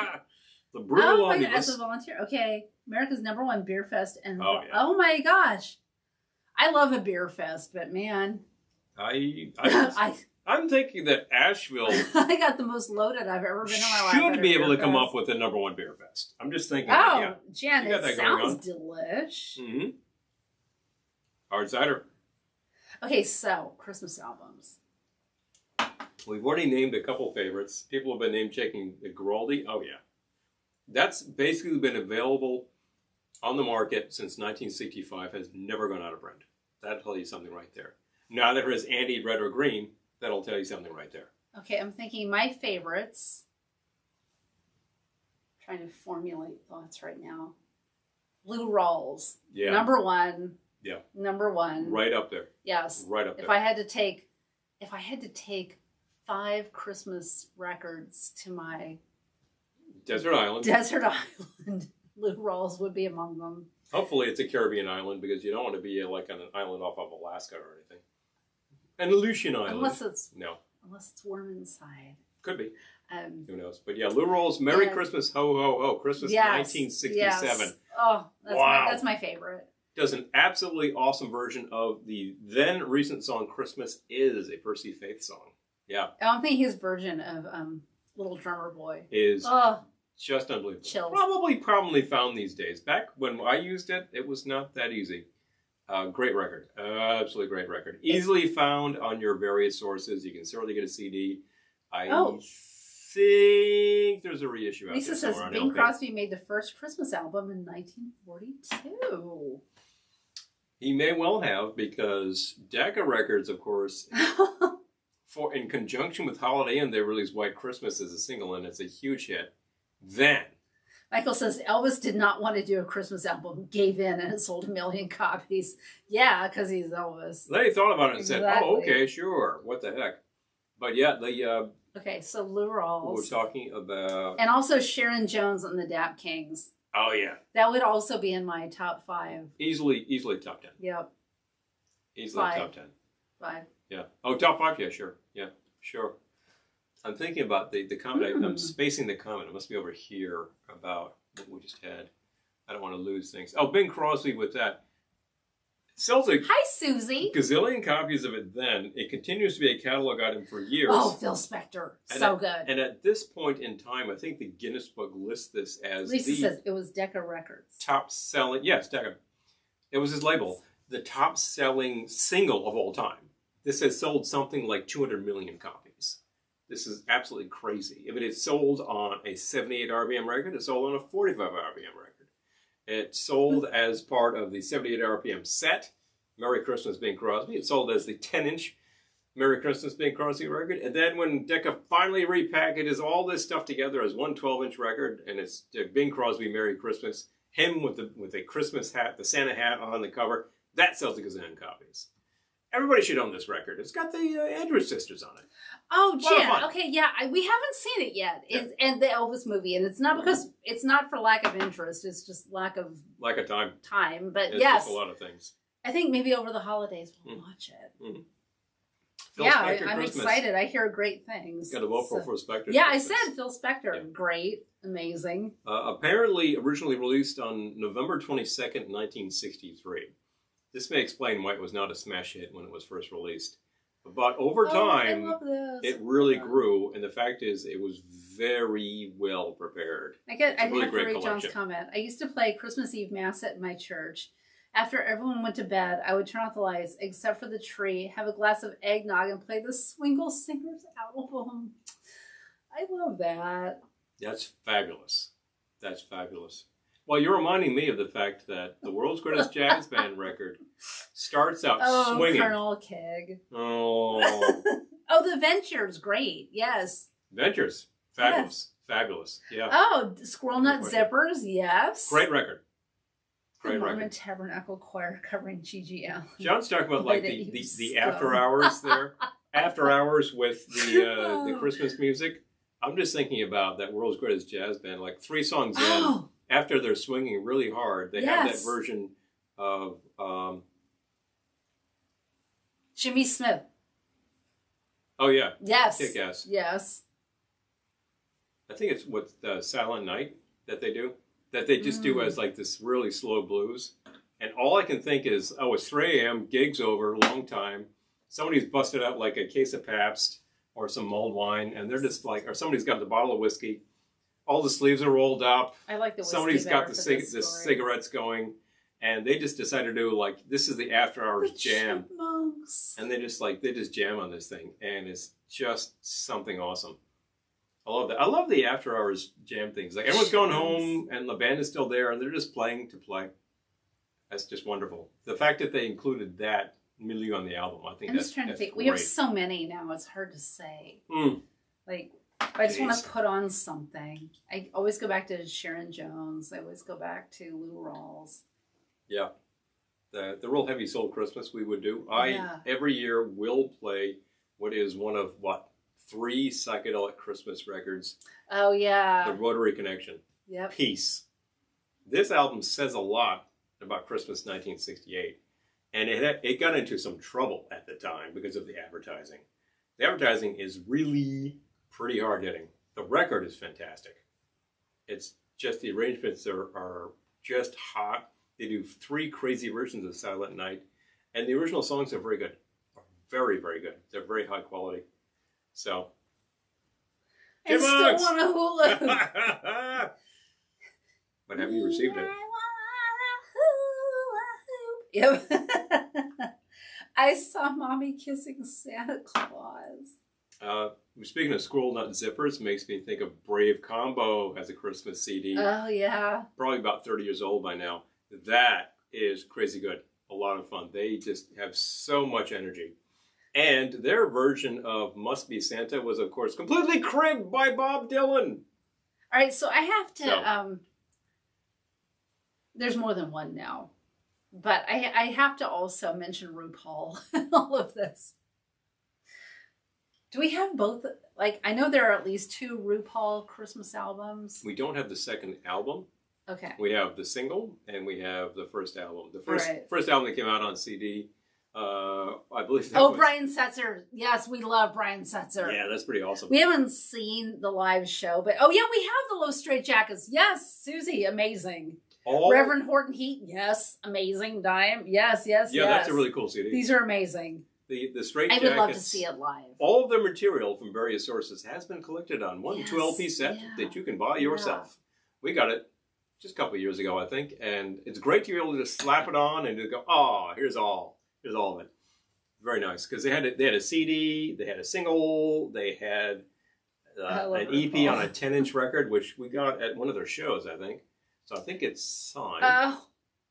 And Doug and Bob McKenzie, yes. Oh yeah, 12 Days of Christmas, yes. Yeah, RuPaul's so good. I think RuPaul's first album is titled like Merry Christmas Ho Ho Ho, or RuPaul Christmas Ho Ho Ho. Well, she means something a little different than Lou Rawls. Just saying. You're going to read all those ugly Christmas sweaters while I watch and chat. I've never been to an ugly Christmas sweater party, and this depresses me because you have some real ringers. Because I would love to do.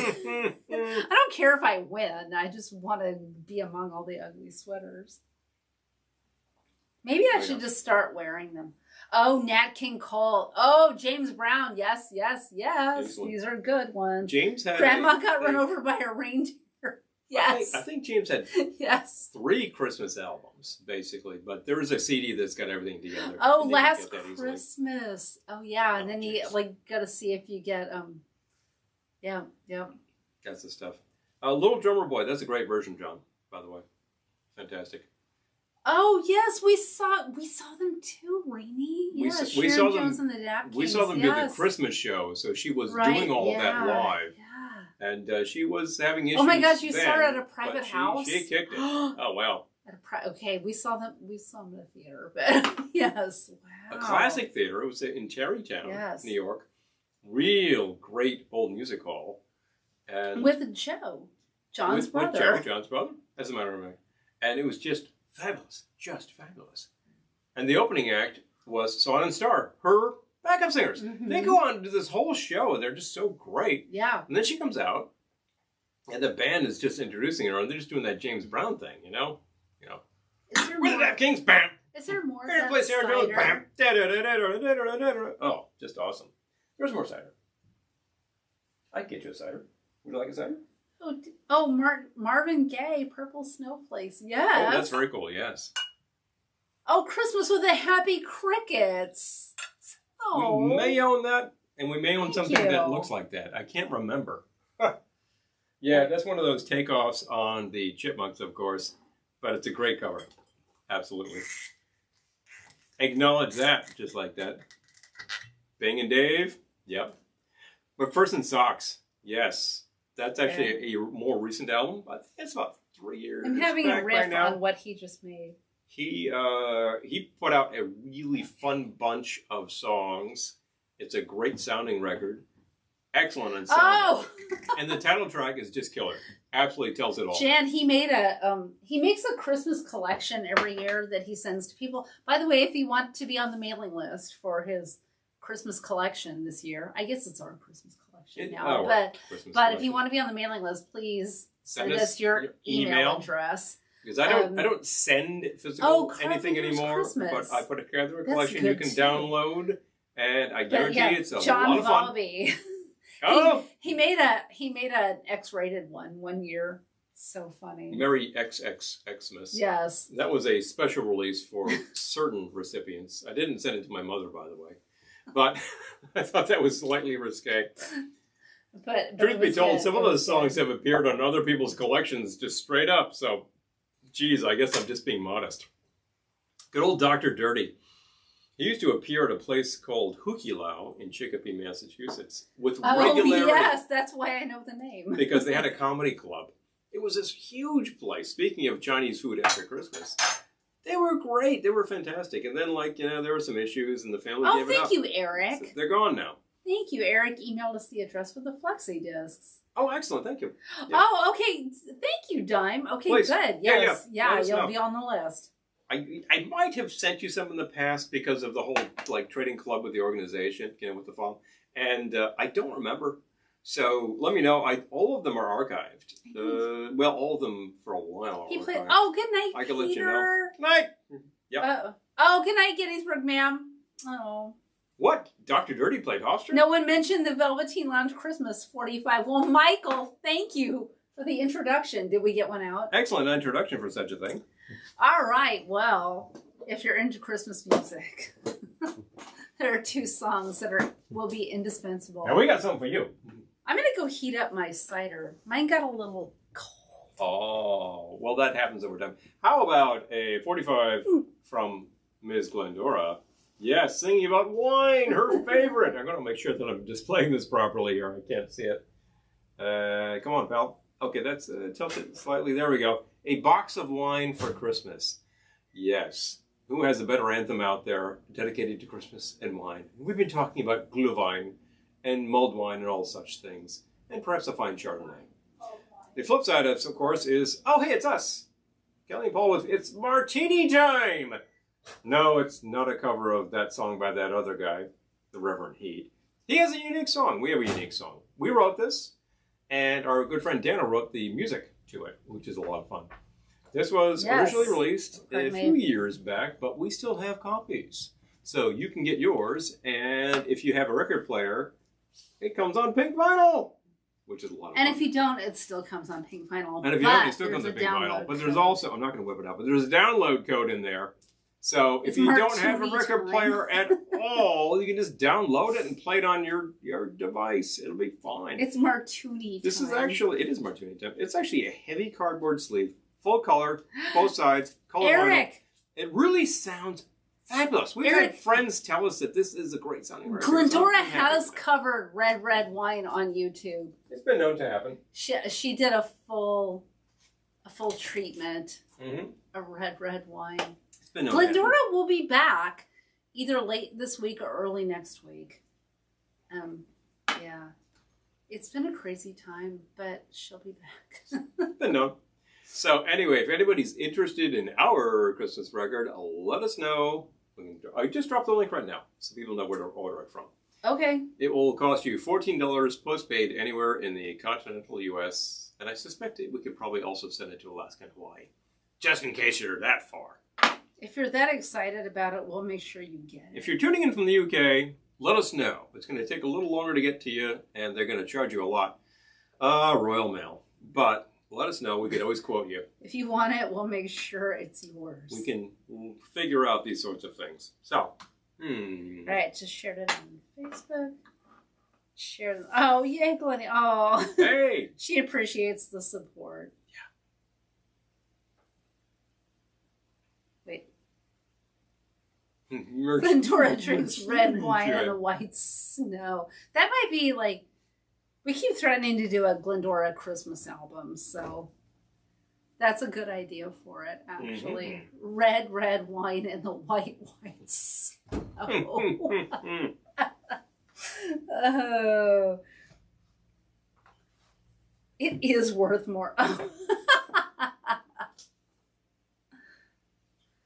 Oh, Dime recommends her horoscopes. Oh, thank you. Yeah, she does read her horoscope. Your horoscope. To her supporters. Yes, to her supporters on Patreon. She's very committed. And they get the full update on her life every week, whether you want it or not. But yeah, she Sordid details. Oh, to a Glendora. Yeah, I love that. Red wine and the whites. I should write that down. Except my phone is powering this broadcast, so I think we'll remember it. I'm gonna make a note on this computer. Could you pass me the dark brown, please? I can. Oh, I weighs a ton. Well, it's a handle, so it does weigh a ton.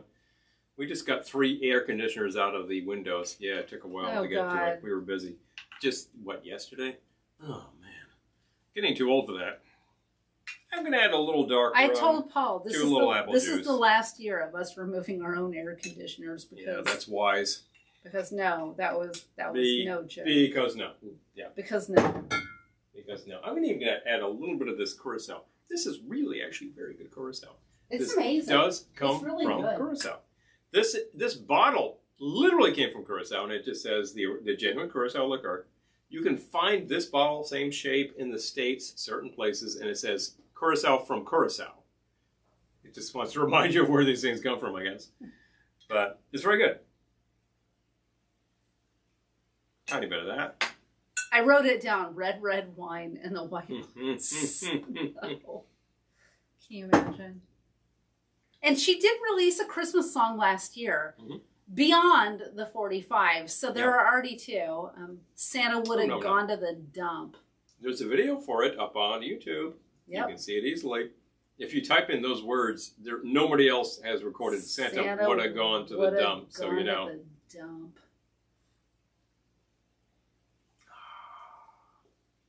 But yes, her followers get a horoscope read to them every week based on your sign. If you subscribe to her up on Patreon, at her level, actually subscribe to us on Patreon, if you patronize us on Patreon, then at the Glendora level, you will actually get, or was it box wine level? What is it called? Box wino. Box wino level. You get Glendora reading your horoscope and all the stuff you get from all the lower levels too. You know, it starts at like $5, then there's 10, 15. And I think 20 is the box wine. Oh, Lisa's. Fishbone? Where did that come from? Were you talking about Fishbone? I was not, but you want to talk about Christmas songs? They have a Christmas EP. Oh, yeah. Yes. Yeah. Okay. They have a great song called Slick Nick, You Devil You, which I've used before. Fantastic. And, of course, the lead track is It's a Wonderful Life. And they incorporate a lot of footage from the movie and whatnot. And it's pretty hilarious. It's a great tune, great video. We just watched that last night. And Yeah. Lisa's asking any updates on Ellen Waits. Yes, there are. Thank you for Thank you asking. very much. Yeah. Oh, yeah, it feels like it's taking forever. But Post-production is always a trip. oh my gosh. Yes, we got some good work done today. And I think it will be done very soon. Very soon. Very soon.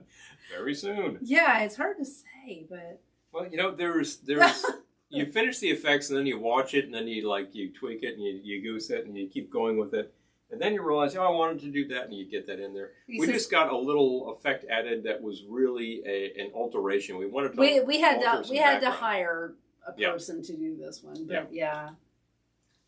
Okay, Lisa says it will be a perfect album. If she spills a little, you can have a follow-up album, Murder of Mystery of. Oh, jeez. Oh, jeez. Oh no. So, man. But I've been doing some work on music and Gigi Allen's. Jeez, Carl Craig. Oh, jeez. You are indeed. You are cracking me up, though. I gotta say. Hilarity. I should just be screenshotting your comments. We've been doing work on some music. I've been altering things, and also sound effects. And you were recording some sound effects the other day. I did. So we were plugging things in and using a really nice microphone that was your Christmas present from last year. Was it last year or the year before? Yeah. So that actually worked very well.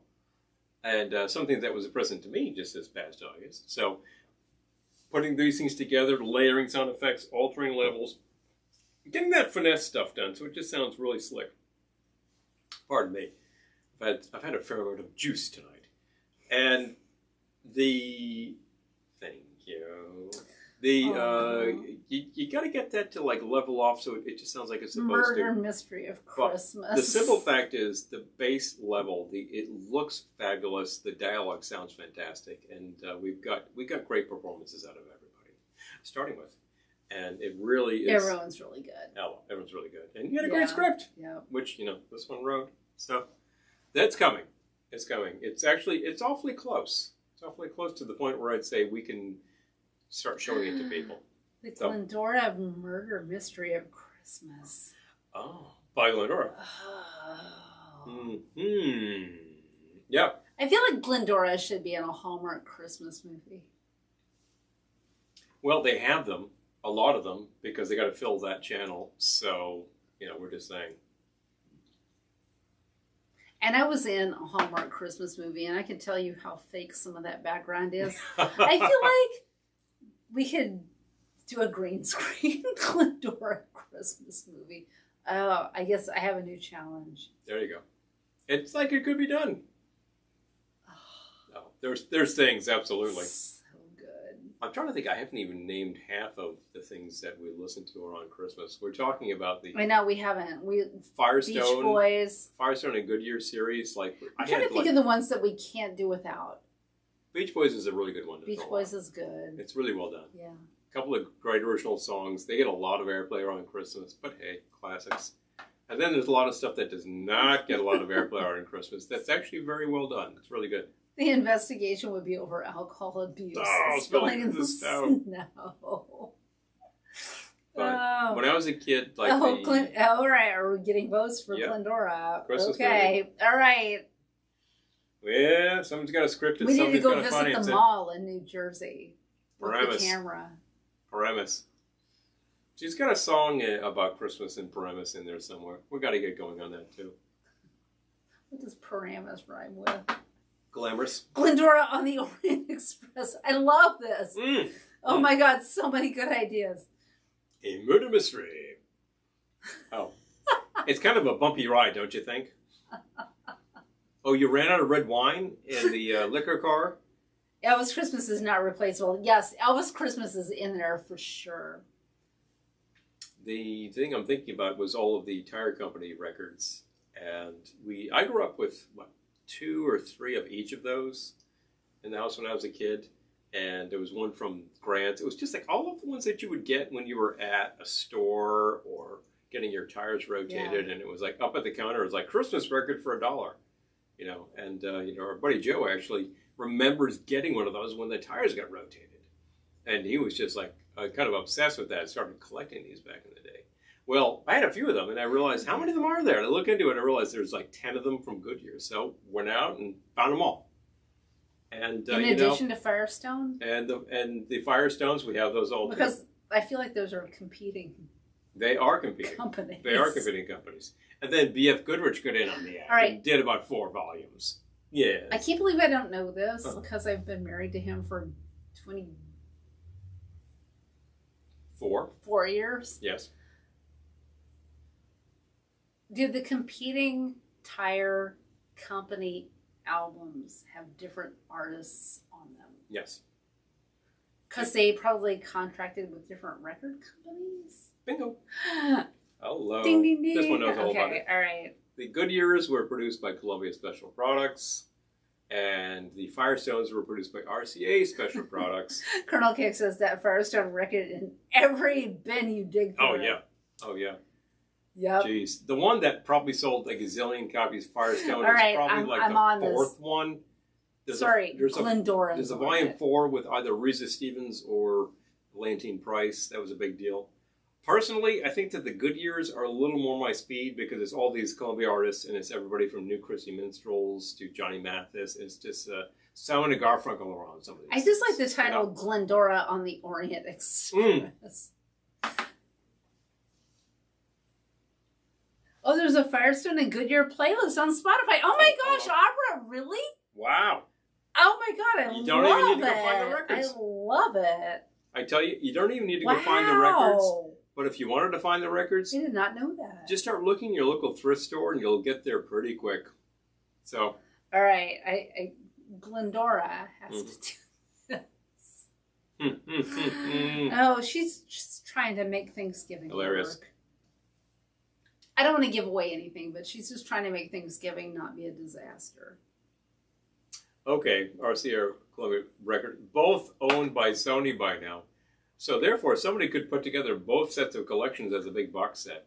Although it's unlikely they happen because we're kind of past the CD era too. Ooh, I don't know. Maybe there's a good streaming option out there. Spotify apparently has it. Man. I got rid of my premium Spotify. Well, it could be reinstated if we cared. But we don't need to. I do like that you could get so much music that way. Yeah. On the other hand, you know. There are things. We have a Ventures Christmas record. It's so good. Yes, so good. That's the third vote for the Ventures. I would absolutely in the top. I feel like we're both choking. What are our favorites? I mean, besides Lou Rawls, Sharon Jones and the Dap Kings, Beach Boys, we must have others that we... I have ones that I put back here because the covers are amazing, but it's like, whether the record is good or not, I don't know. There's a half a dozen jazz collections that we put on.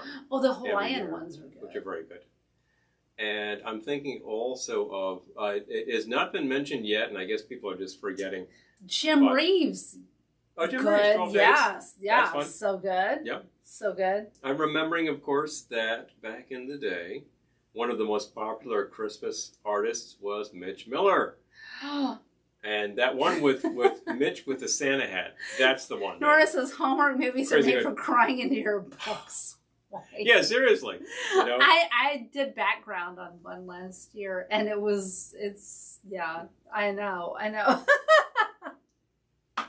Glendora and Clue. Glendora just has to go recreate all of the classic films. Seriously. Oh. Another plug for World's Greatest. Absolutely worth your time, folks. Not available on CD. Not streaming as Jingle far as I know. Bell Jazz. We have that too. Oh, yeah. Ramsey Lewis, thank you. Yes. Yep. Ramsey Lewis. Yeah. Oh. R.I.P. recently. Very recently. So go out and search out his album, Volume 1 and 2. Esquivel Christmas, Rocky Mountain Christmas. Jim Neighbors. Yes. These are all great.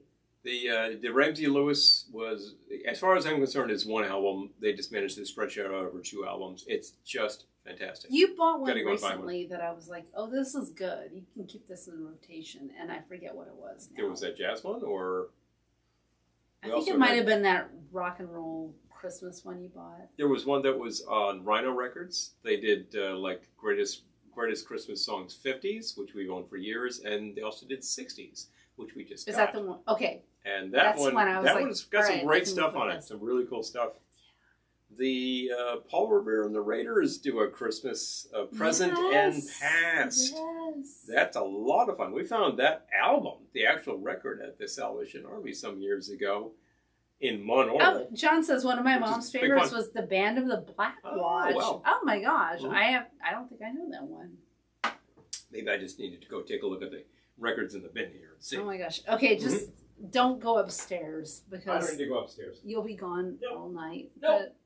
But, okay, he just moved over here. Rudy Ray Moore. No. Speaking of he your said Rudy color. Ray Moore. No. I mean, that's perfect for Merry XXXmas. Andre Castellanos, Wonderland of Christmas. Yeah. Andre Castellana's always good. Burt Camford, Christmas Burt Wonderland. Camford, always good. Oh. We need some vocalists. Like, we need something with Jack Jones. Jack Jones. Is a Amazing. good one. Amazing. Jackson 5. Jackson 5. Is a great one. We're only up to the chase, apparently, but Yeah, Hollywood Strings, instrumental. Hollywood Strings. Fantastic, that record. I feel like we got out of our alphabetical order there, but I'm going backwards because that's the way I'm going. Percy Faith. don't go upstairs. Wow. Sounds like another murder movie, especially in this house. Our attic is like the death trap. William hung for the Ernest holidays. Is a fun one. Really? Wayne Newton. Oh, Wayne Newton, yeah. Okay, Vegas, baby. New Christy Minstrels. All right.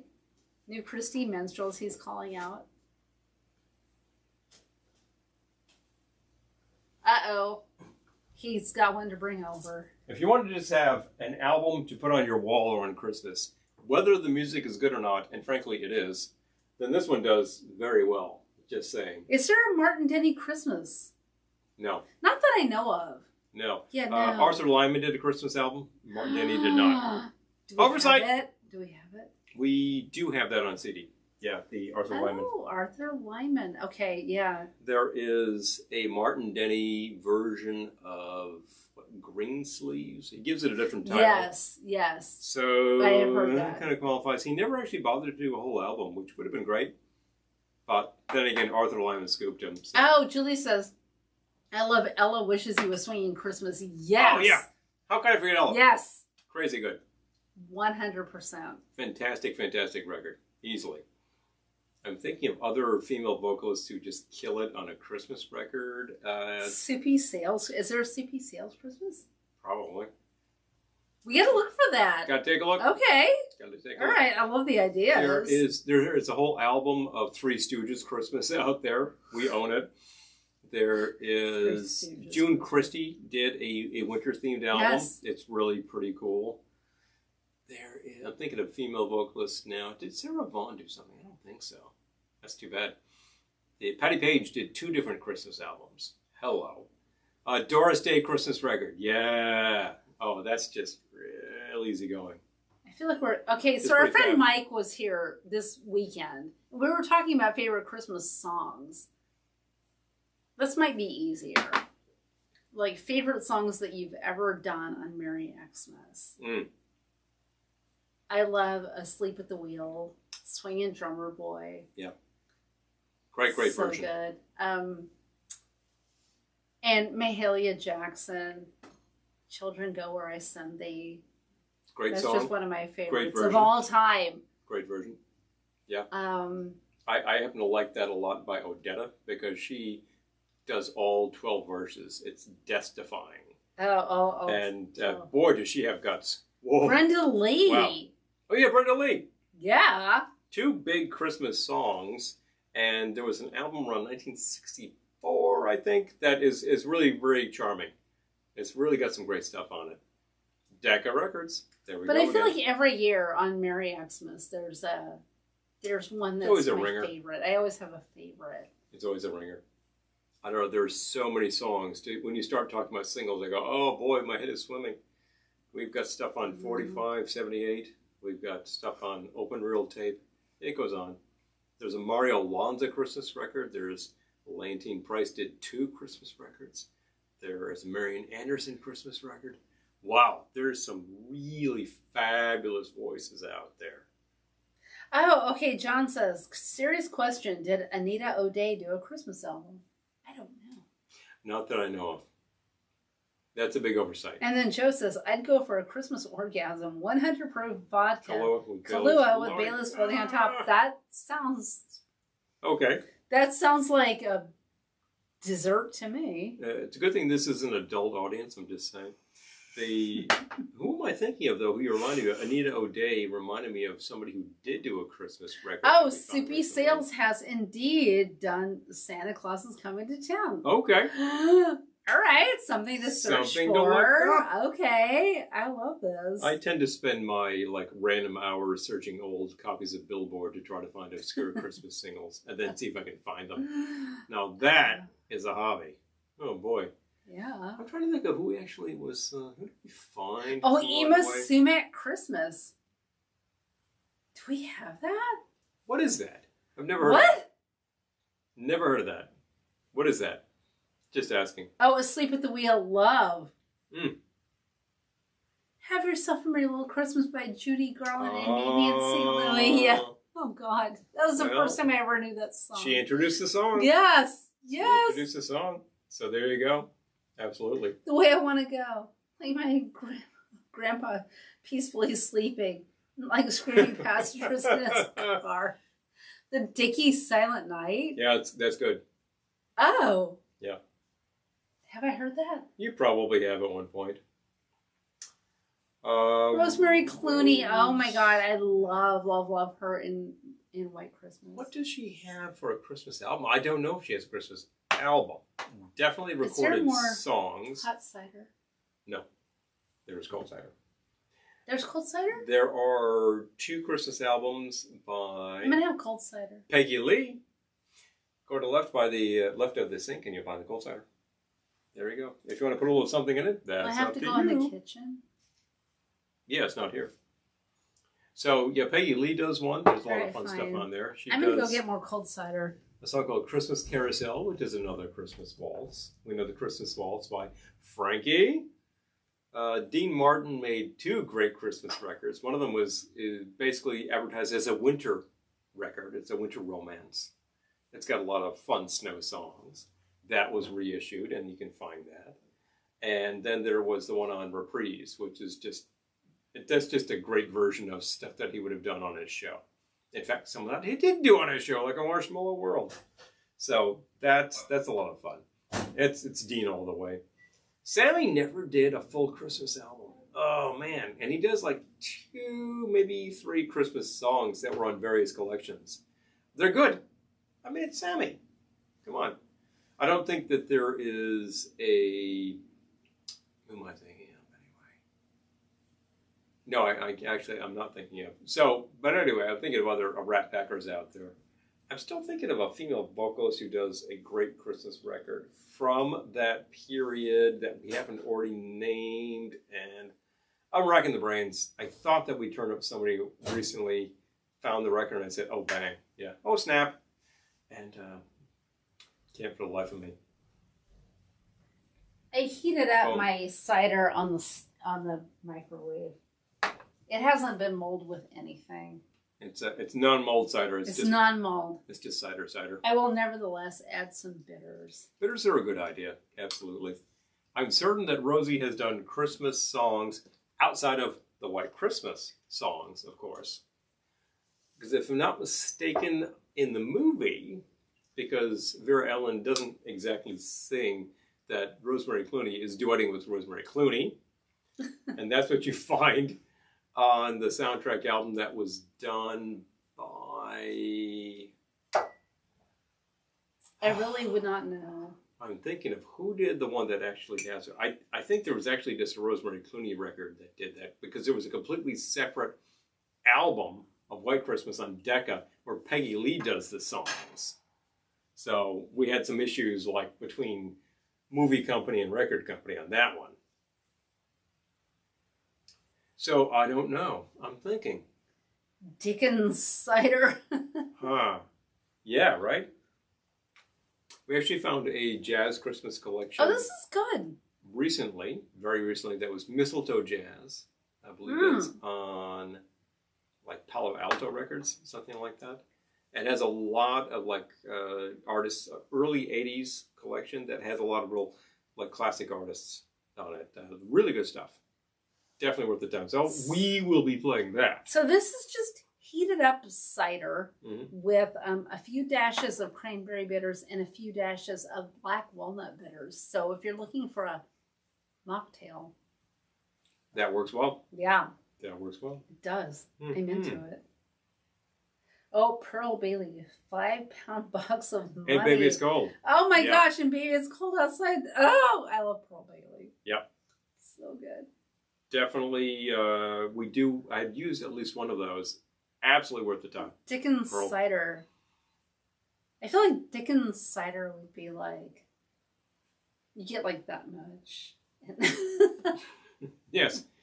Scrooged. Thinking Dickensian. He would be Scrooged. There we go. Stephen Eady, absolutely. Yeah, there's an album on Columbia. I forget the actual title of the album, but there's absolutely a Stephen Eady Christmas record. And then Eady did one with Trio Los Panchos. That's a Christmas record. Oh, in Darling Spanish. Love. Yes. Oh, jeez, yeah. Yes. We were actually privileged to see one of the later Ronnie Spector Christmas shows. I believe that was at B.B. King's. B.B. King's, yeah. And man, she comes out, she's all of this tall, right? Yeah. She comes out and she's this tall with the hair. Wow. And she just immediately launched into Sleigh Ride. It was so good. She was in fantastic voice. She gave a great show. It was amazing. Boy, do I wish I had video of this business. That was very cool. Yeah. Things that are just good memories, and I will treasure those things. Brings us back to Phil Spector Christmas. Man. So good stuff, as we say. I feel like we're all so ready to get in the Christmas spirit, but I guess we're already there.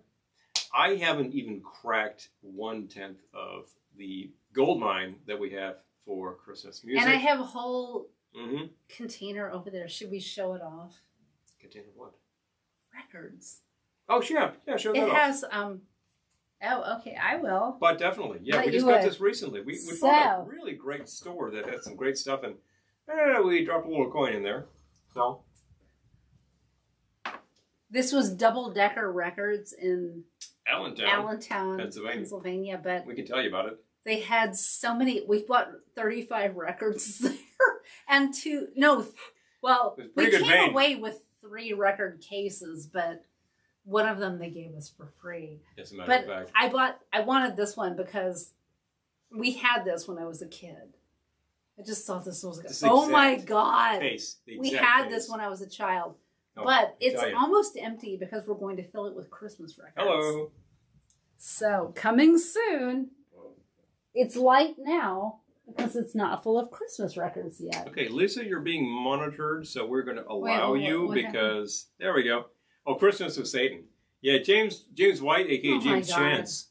That's on the Z Records collection, which also has Christmas on Riverside Drive by Kid Creole. That's a very good song. Yeah.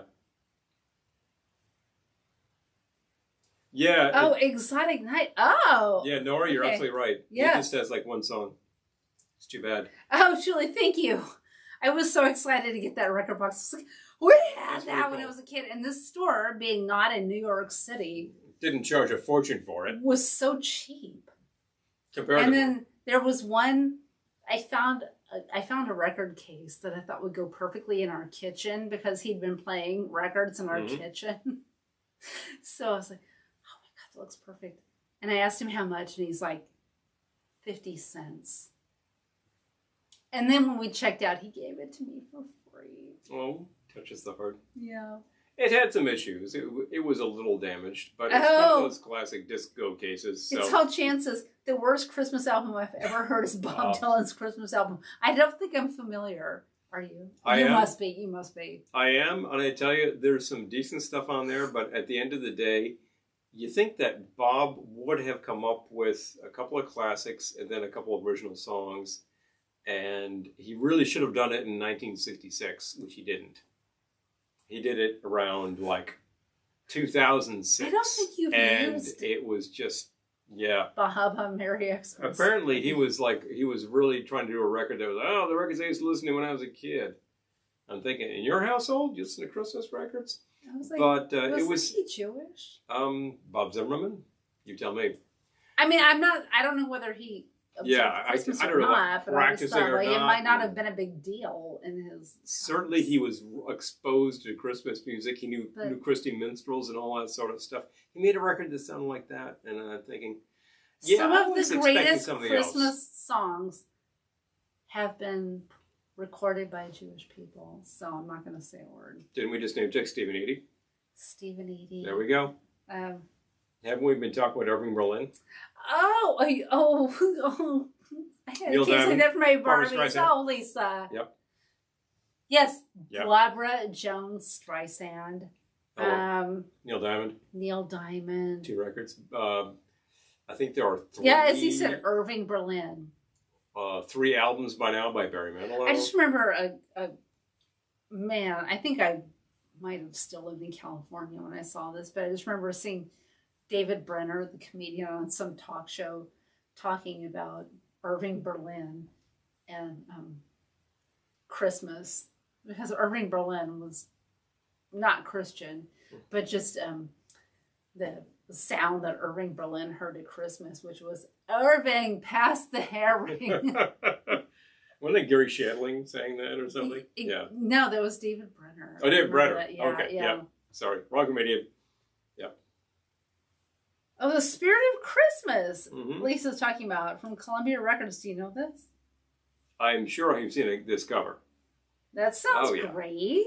Oh, yeah, because Columbia Special Products would do these album collections for anybody featuring Columbia artists. And Columbia artists had all sorts of Christmas records out there. You just do this fantastic the Jewish people have the best Christmas records. I'm just saying that, we wouldn't have Christmas music if it wasn't for Irving Berlin. You wouldn't have the best-selling Christmas record of all time. You wouldn't have the best-selling Christmas record of all time if it wasn't for Irving Berlin. Without any question whatsoever, Exactly. But like so many things.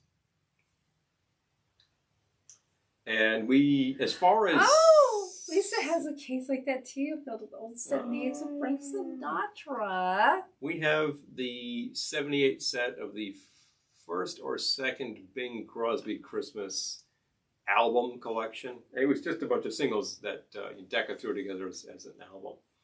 But I think this was in my grandparents' house, and I said, I'm taking that. So I think we have played 1 or 2 of those. We don't really have a great 78 player, but we have something that will play them.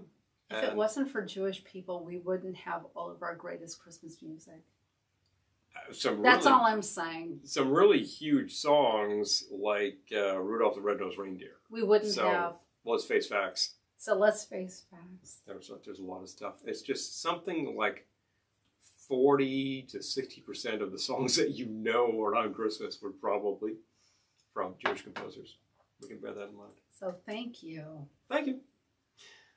Anyway, round about that time, we could talk Christmas music all night, folks. Oh, jeez. It's like a New Year's Eve broadcast. It's going to go for a while.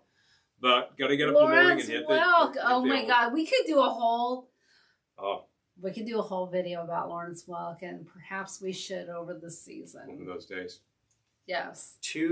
I think there are 3 Christmas albums from Lawrence. 2 of them on choral, and then one... Highland now. Yes, Liberace. Yeah. Well, we have a Liberace themed bathroom, and all of the records we have framed in there get switched over to Christmas records seasons. So we'll be doing that within the next week. The 3 or 4 Christmas albums from Liberace get put into the frames. There you go. Fantastic. Definitely did one for Dot, one for Columbia, and then there's a few collections that came out. Honestly, they're all worth your time. Although if you listen to the one in Columbia, you'll just end up weeping because it's just so heartfelt. So I'll just say. Well, before anybody just ends up crying here, we should probably we should probably sign off. We've been talking about some fantastic Christmas music. If you've missed any of this, check the rebroadcast, and you can scroll through all of the comments. All of these things we've been talking about as fun Christmas records are. Well, I've heard everything here people have been talking about. It's all great stuff. All worth your time. Some of it is very old school sentimental. Some of it is just hot jazz. I say I love it all. So. And we will be live next Wednesday. Mm-hmm. I don't know how long we'll be live, but we will pop in. Do our best. We would love to see you. As always. So next Wednesday at 8. And we will have a theme that is very likely linked to turkeys and pilgrims and all that jazz. And that will probably not be our first drink of the evening. I'm just saying. Undoubtedly, no. Because the family is coming by a little earlier. But then we'll drop it in. Oh, Julie. Thank you. Oh, yes. Barbara. So Excellent. good to see you and Julie. But definitely. Everyone, thank you so much for joining us. Yeah, thumbs up, John. Look, there's just like all of these people. And you had name checked John Zorn, who himself has done some Christmas music. Oh. So there. Thank you so much for joining us. Our patrons who joined us tonight got specialty drinks because they patronize us. Thank you so much for patronizing us. If you would like to patronize us, patreon.com/Velveteen Lounge. That helps out a lot. If you buy anything on Amazon this Christmas season, please consider starting at our store. You do not have to buy anything that is in our store. You just have to start at our store and then proceed to do whatever the hell you do. Because that will benefit you and it will benefit us. And there is no surcharge. It's just regular prices. If you would like a copy of our Christmas record, these are available. $14 postpaid gets it to you in the continental U.S. and possibly beyond in the U.S. If you're actually calling to us from Australia, let us know. I'll get you a quote. It's going to cost a little more. But there you go. And those are 3 big ways to benefit us. And so far, that's it. Thank you so much for joining us on Wednesday again for a couple hours of your time if you stayed with us the whole time. It is fabulous to be able to entertain you with great stories, tales of glories of Christmases long ago, etc., etc. Even though we're still working at Thanksgiving thing, oh well, it's all together. It's all about family coming together and over huge amounts of food and booze. Well, we do that, and we've had some booze, but we're still standing. It's all been pretty easygoing drinks like the mulled ciders, you know. You can have a few rounds and not feel like, wow, I really need to tuck it in. But it is time to say goodnight, and it's fabulous to see you. We'll see you in 1 week's time, 7 few days. Same bat time, same bat channel. YouTube and Facebook. You can tune in both places or none. You can just tune in from your smart TV if you like. Don't worry about it. As always, it's been fab to entertain you. And no matter where you go, and no matter what you do,